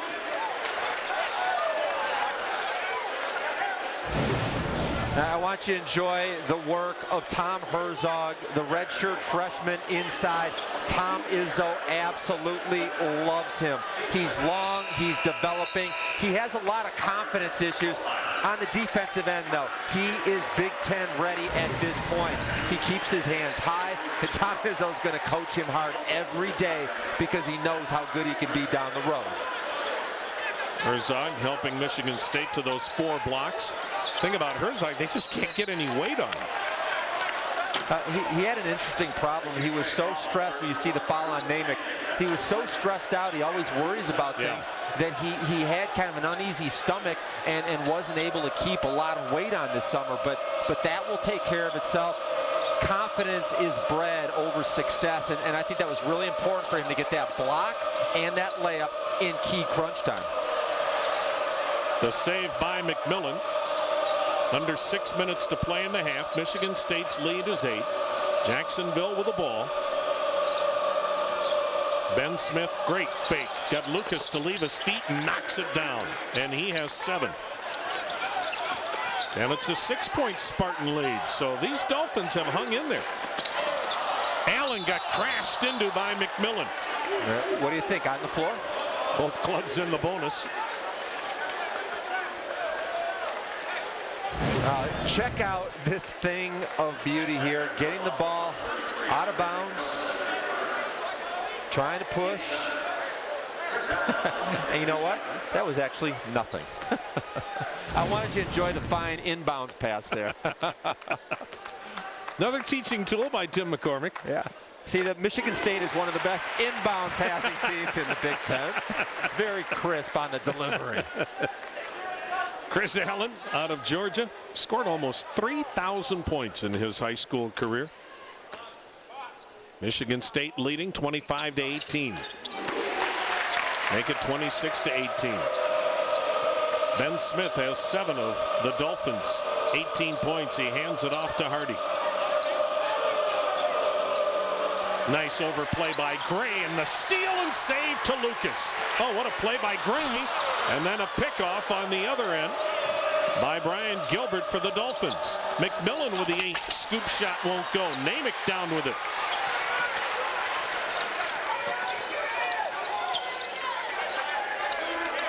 Namick sets the pick for Neitzel. At this point in time, not much post offense by Michigan State. I would love to see them build the confidence of their big guys by at least giving them a touch in the low post. Folks, that comment came from a 7-footer. Get the big guys the ball. Gray had it partially deflected. This was a point guard sitting next to me. It'd be shoot the 3. Ben Smith. I give Jacksonville credit, Tim. I didn't think they could stay with Michigan State, but they've hung in there. Jacksonville coming off 2 straight losses and now 6 consecutive road games. They don't play another game in Jacksonville until January. Traveling, the 8th turnover on the Dolphins. So if Jacksonville is going to get on any kind of a roll, they're going to have to do it the hard way with all road games in the month of December, including trips to Gainesville and Georgetown, as well as here in East Lansing, as Cliff Warren's club hanging in there 26-18 as we near the 4-minute mark. Michigan State with the ball in the lead. Yeah, 1-2-2. This is more of a safe containing press when you have a couple of guys back. The nice thing for Jacksonville, when you're on a 6-game roadie like this, you get a lot of time to bond and work on some things. The big key for Jacksonville has been their ability to keep their turnovers at a manageable number. Shot clock at 6. This is Kalen Lucas. They find Neitzel. Right back to Lucas in the corner. Strong rebound the other way. Evan Jefferson. Down low to Colbert. Nice break for the Dolphins, and we told you they wanted to run with Michigan State tonight, and that time they did very successfully. Look at Lucas. My, is he quick. You know who he reminds me of a little bit? A young Darren Collison from UCLA. 3-ball goes down for Brian Gilbert.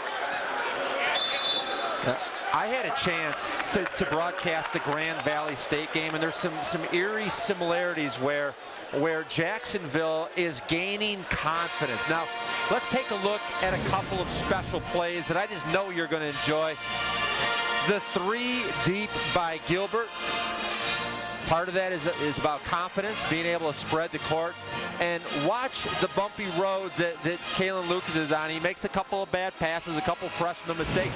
But Tom Izzo knows that you live with those in November and December, because in February and March, he is going to be ready to go.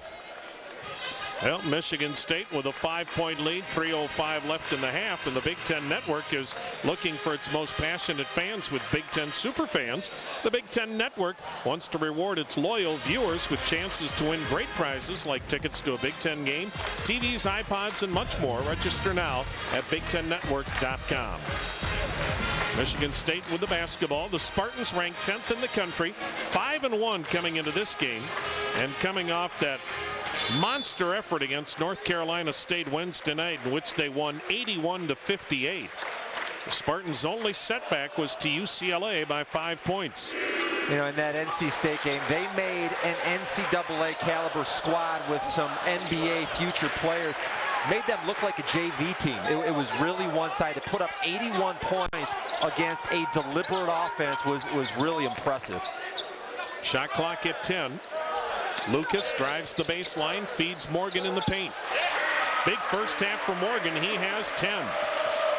Morgan came in here averaging 17 points a game. Lucas the other way for the Spartans. You can't catch that kid. And he is fouled, and he'll shoot a pair. Well, we've got a timeout. We'll be right back. Michigan State in command.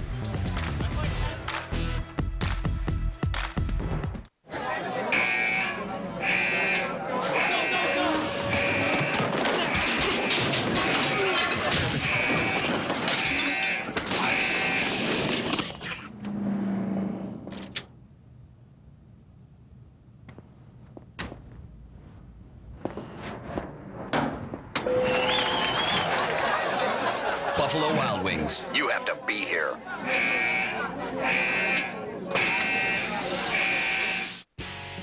All season long, Mike Hall sent Andy and Jordan to every Big Ten campus to determine who had the best football atmosphere. If you missed what they found, don't make that mistake again. Look back on the wild journey with the Big Ten Friday Night Tailgate Year-End Special. The best moments, the wildest situations, and all the fun you can handle. Friday night, only on the Big Ten Network. 11 Big Ten campuses, one show that covers them all. Thanks for dropping in on Big Ten tonight. Every night, go inside your school.